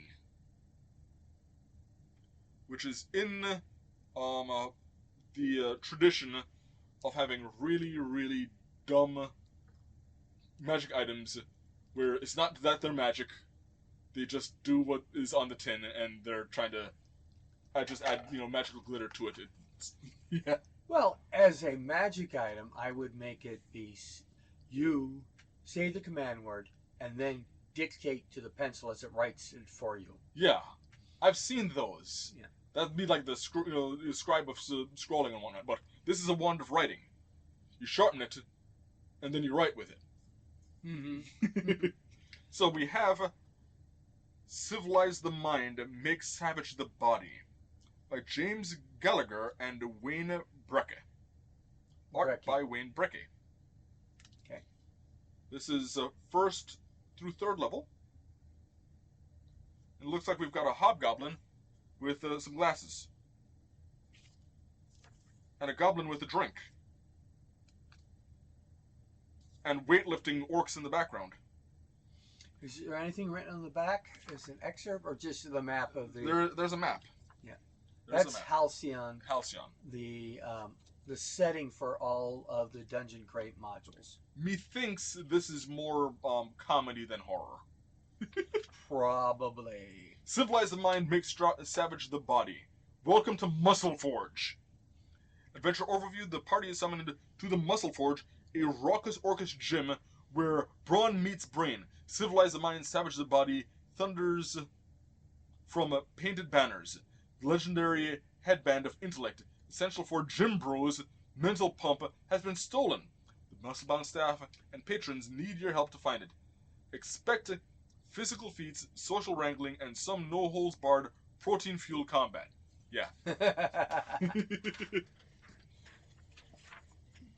So, we should be getting with the next crate. This has been sitting here for a little while. yeah. But hopefully the next crate will get here before Halloween. Hopefully. Because those are usually horror-centric stories. I know that the last one I did, which, also did black and white, but was... That was another company. That was another company. Okay. That's Dungeon in the Box. Okay. Muscle Forge versus Troll Fit. Oh, this just looks funny. And then we've got the Goblin launch target. And a catapult to launch your goblins. Yes. So that just looks entertaining. I love a good joke. So we've got our one-page Bink's Curious Goods and Magical Oddities. That's actually a repeat. This is a repeat. Yeah, I already got that one. I've actually used it in one of my Dungeon of the Mad Mage encounters. Mm-hmm. Okay. So it looks like he has some showcase items, which is the Hammer of Thunderbolt, Adamantine Armor, Sword of Wounding, Iron Bands of Binding, Dragon Slayer Longsword, and a Ring of Regeneration. Which is not to be scoffed at. A lot of those are quite powerful. He's got like a Vondo um, wagon, Uh-huh. and it's bigger on the inside. Oh, okay. So this would be Bink's Sword of Wounding. I don't think this looks sharp enough. I don't think it really needs to touch you to cut you. This is the Ring of Regeneration. And, you know, the artwork's nice. And that would be the end of Dungeon Crate. Let's place this back real quick. Put the catapult in with the meeple. And we have something else after this. Right? Yeah. We have now, in compare and contrast, we have Dungeon in a Box. Yeah. While this one is Dungeon Crate is centric around different neat items to get. Yeah. Sometimes they're focused on a single story piece. Sometimes they're just like, oh, this is all elves. Yeah. Oops, all elves. Or anything like that. So Dungeon Crate, on the other hand, Dungeon in a Box, on the other hand, is a one-shot module that I get. Yes. There is a year-long campaign you can get into. Mm-hmm. Also, there is GM Toolbox, which is focused on a single type of monster and ways to use it. Okay. Which, you know, I've come across a lot of articles where like, oh, this is an interesting way to use monsters. And a lot of times, it's less about the stats and more about the environments and places where you'd expect the monster. And for those, I have the digital ones, so Yeah. I don't get the miniatures that normally come with them. Oh, okay. Well, miniatures are always good. So there's Wonders one-shots. Properly advertised with the... Yeah, we need a sponsor to get us more boxes and, you know, generally take the burden out from my wallet. Yes. So we have more paper for the cats. Mm-hmm. One. Oh, this is heavy. This one is heavy. Something's wrapped in it, in the black void of paper. So.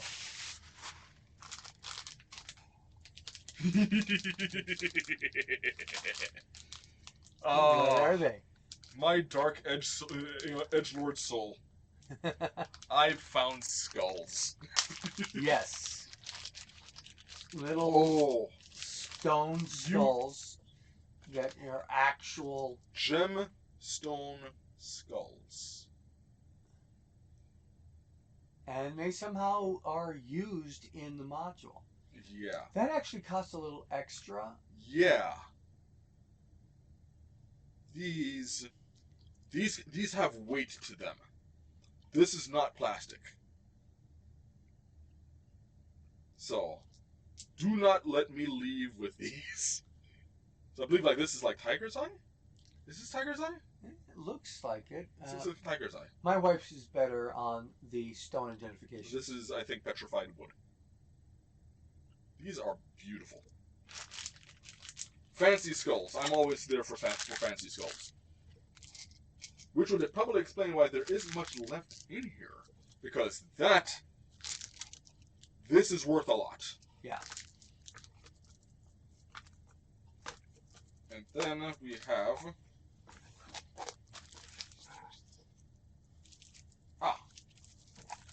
we have some minis. Some standees. Looks like we've got some type of a water theme. Now, all the minis are made by a company called Skinny Mini. Skinny Mini, yes. But they cooperate with Dungeon in a Box to supply these custom Skinny Minis. Yes. So, give them a look as well. And we've got some type of map. Well, this is the one-shot. The Capricorn Heist. Wondrous one-shots. Let's open this up. A funny story about one of the earlier Wonders one shots. One of our clients wrote this module, a Halloween module. Yeah.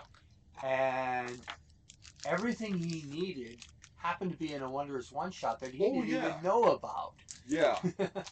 It had the decrepit barn. It had the cornfields. It had the miniatures that were miraculously appropriate for what he was doing. Mm-hmm. So it was. I think Dungeon in a Box psychically stole his idea. Or maybe they were psychically lending aid. Yeah. So we've got a map, and this looks like a house, or at least one side looks like it may be a house. The other side looks like it's a ship.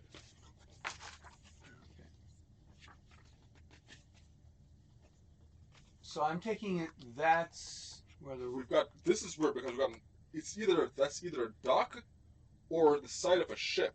Yeah, another ship. And then we've got another ship. Look at that water. And then a rowboat. And this is beautiful, artwork for water. Which is, I can tell you, rendering water is a nightmare. Yes.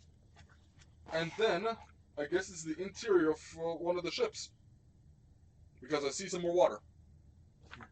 It's all about lighting. Yes. So I'm guessing that has something to do with this. The Capricorn Heist. So, the Capricorn Heist. Adventure overview. The Capricorn Heist is an adventure designed for 4th to 6th level party of 4 adventurers. In the Capricorn Heist, the players take on the roles of elite thieves working with the Goldacre Thieves Guild to pull off an audacious score, stealing the Zephyr's Breath Pearl, a legendary magical artifact and cornerstone of Merchant Prince Maxillar Handel's empire. The artifact is on display for one night only aboard the Capricorn Maxillar's opulent party barge. As part of this extravagant 100th birthday celebration, once the display ends, the pearl is locked away in a heavily guarded vault deep within the ship, exactly where the crew knows to strike. Okay. So, it's Ocean's 11 on the ocean. Yes. And if that isn't pompous, I don't know what is. Exactly. It looks like it's going to be dealing a lot with stealth, because I see detection tracking, which is here. The detection tracker measures how close the players are to triggering a high alert on the Capricorn. Yeah, so advanced stealth. There's the plan, adjuncting creative heists, party of the year. There's various party actions, including stealing a guard's key, eavesdropping, stealing Maxillar's skull, stealing Ganna's skull, stealing a staff uniform, disabling the harpoon guns, speaking with Imika Zara, speaking with Maxillar Handel, speaking with Ganna's Handel, gamble, or dance. We've got a descriptor of what the rooms are, the belly of the Capricorn, the general features, some more characters, more characters. I'm guessing this is going into the depths of it. Oh, that is an interesting looking mimic. Crab mimic. I feel like this is harkening back to Dungeon Meshi. Yeah. Where they turned the mimics into effectively hermit crabs. We've got a stone golem. More NPCs. And all the miniatures for those characters are in the skinny minis. Yeah. Okay, and then we've got that explains the start, the party start, the escape boat, and okay, that makes a little bit of sense. You'd better escape. Well, it doesn't do any good to steal something if you stay in the building. I've seen some interesting ones, and I swear I've seen this creature before. Ooh, spooky. Yeah. Although I can't place it. Oh, oh, that is a monster if I've seen one. Oh my, it's an eldritch hammerhead shark. Yeah, and that is Ichthothalath, medium fiend, chaotic evil. Okay, and it's amphibious. What's its speed? What's its speed? 10 feet on land. Okay, I'll get on land and I'll walk away. And that was wondrous one shots. This I feel is the most the valuable part because these I feel are real gems. Yep. I mean, it's not emeralds or diamonds or whatnot, but still, that looks like maybe jade and amethyst. Good stuff there. Good stuff. Okay, and last but not least, this was one of the least expensive Kickstarters I put into. I don't remember the exact price. Trying to make sure that we don't dox you here. Yep. Death Guaranteed Games. Yeah, now this is compatible with DCC RPG, which is Dungeon Crawl Classics. So let's open it up and discover what it is. Yeah. I mean, I know what it is, but let's take a look. I should know what I ordered. You should. Occasionally I get caught off guard. Oh, I don't remember that. I forgot when did I buy this? Yeah. 2 years ago. The Great Pyramid Autumn Isfit. Autumn Isfit. That was awkward to say. Yeah. So, DC RPG. Level 0 Adventure. Okay. It's something we don't see enough of for Dungeons & Dragons 5th edition, but I can see where it's difficult. Yeah. Civilizations rise and fall and are forgotten by time and buried in sand. In the great desert south of the known lands once lived and thrived the ancient Azinir people, who built a great temple to their demonic patron, Automistfet, demonic lord of entropy and patron of undeath. 1,000 years have passed, and the legend of the pyramids have been all but lost to antiquity. Recently, however, a mad nomad who had survived a grueling sojourn through the desert stumbled into the city of Dumata. As the treasure hunters of all walks begin to pour into Dumatat, all with the same dream, to be the first to discover the lost riches of Azinir. Okay. So this is what they call a feeder module. It's supposed to get you into this game system. Okay. Now, whether it explains any of the rules, or if I still need the dungeon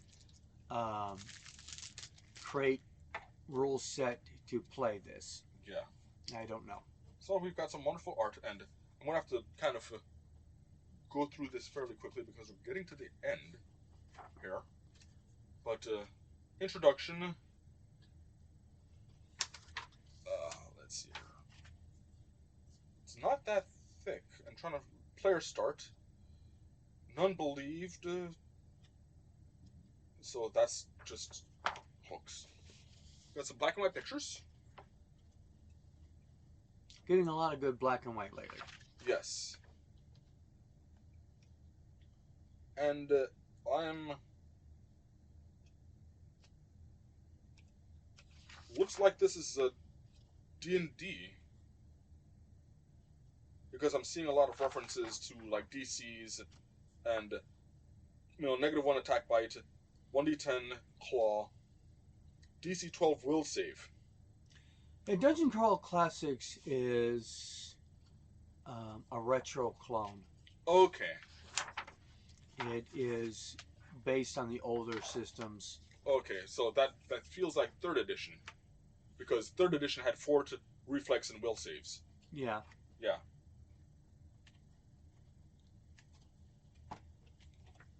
Ooh, come on. So Dungeon Crate Classics also makes 5th edition modules. They made the D&D retro modules where they took like a basic D&D module and made it into 5th edition. Yeah. Plus they provide a lot of historical contents there. And I feel like this would be fairly easy to convert over, because there's a lot of commonality between them.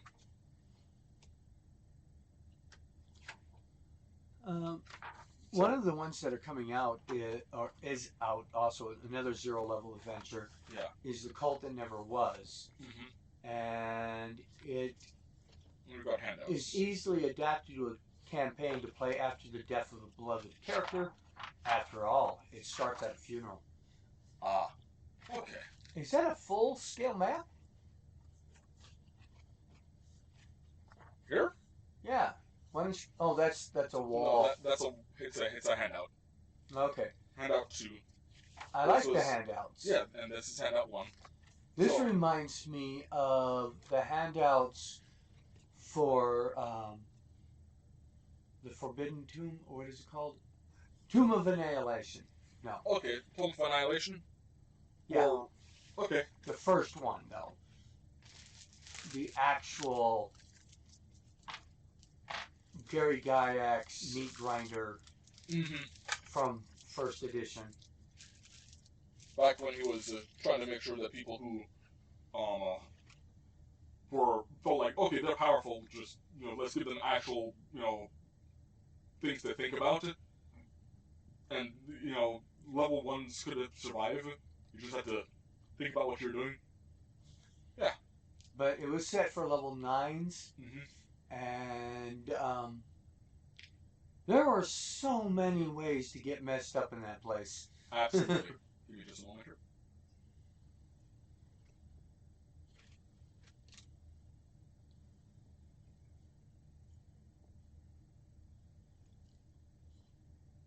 There we go. So, that was Talk Show. What do we have next week? Well, next episode. Next week after next week, Yeah. because we won't be here for the 20th, somebody has to go back to the homeland. That's not my homeland. I was born in Jamaica. I thought you were going to Jamaica. No, I'm going to Florida. Oh. Yeah. You went to the intermediate prison. Yeah. So, yeah, we're going to be missing next week because I'm going to be in Florida. But after that, I believe we have a guest. We are going to have a guest. His name is Brian. He is RPG Research's Tolkien scholar. More so of a scholar than Hawk. And Hawk is a huge scholar. Yeah. Well, I mean, they both specialize in Tolkien. Yeah. Backgrounds and histories and stuff like that. So we're going to be talking about, on the 27th is when we're going to broadcast it. So unfortunately, 27th is when we're going to record it, which means unfortunately it'll be after. It'll be Halloween. A late Halloween episode. Right. Yeah. And it will be Tolkien's use of horror. Yeah. And there is a bit of that in Tolkien. Oh, there's ghost vampires. Didn't Aragorn, didn't he command an entire army of the dead? Yes. Yeah. As well as ginormous spiders that are scarier than the ones in Dungeons and Dragons. Yeah. Like Shelob. Yep. Even worse, her mother. Oh, and I just found an article. Just a side note. Shelob's not a spider is what the article's about. I don't know how that works. Propaganda. Propaganda. Propaganda. Probably. Probably written by Shelob herself. Yeah. So our topic will be the use of horror by Tolkien, and our unboxing will be the One Ring starter set. See? Oh. Isn't it cool? No. Oh. There it is. There we are. And I've already opened and have been using the Lord of the Rings, which is the D&D 5th edition one. Okay, so this is, and isn't this by Cubicle 7? Oh, no, it's Free League. This Free is League. by Free League. They're the new owners of it, and both versions of this are identical in the physicality of them. Yeah. But they differ in the dice, and they differ in the rule sets. But otherwise, the play is really similar. Okay, good. So that was the end of the talk show. This has been RPG Research.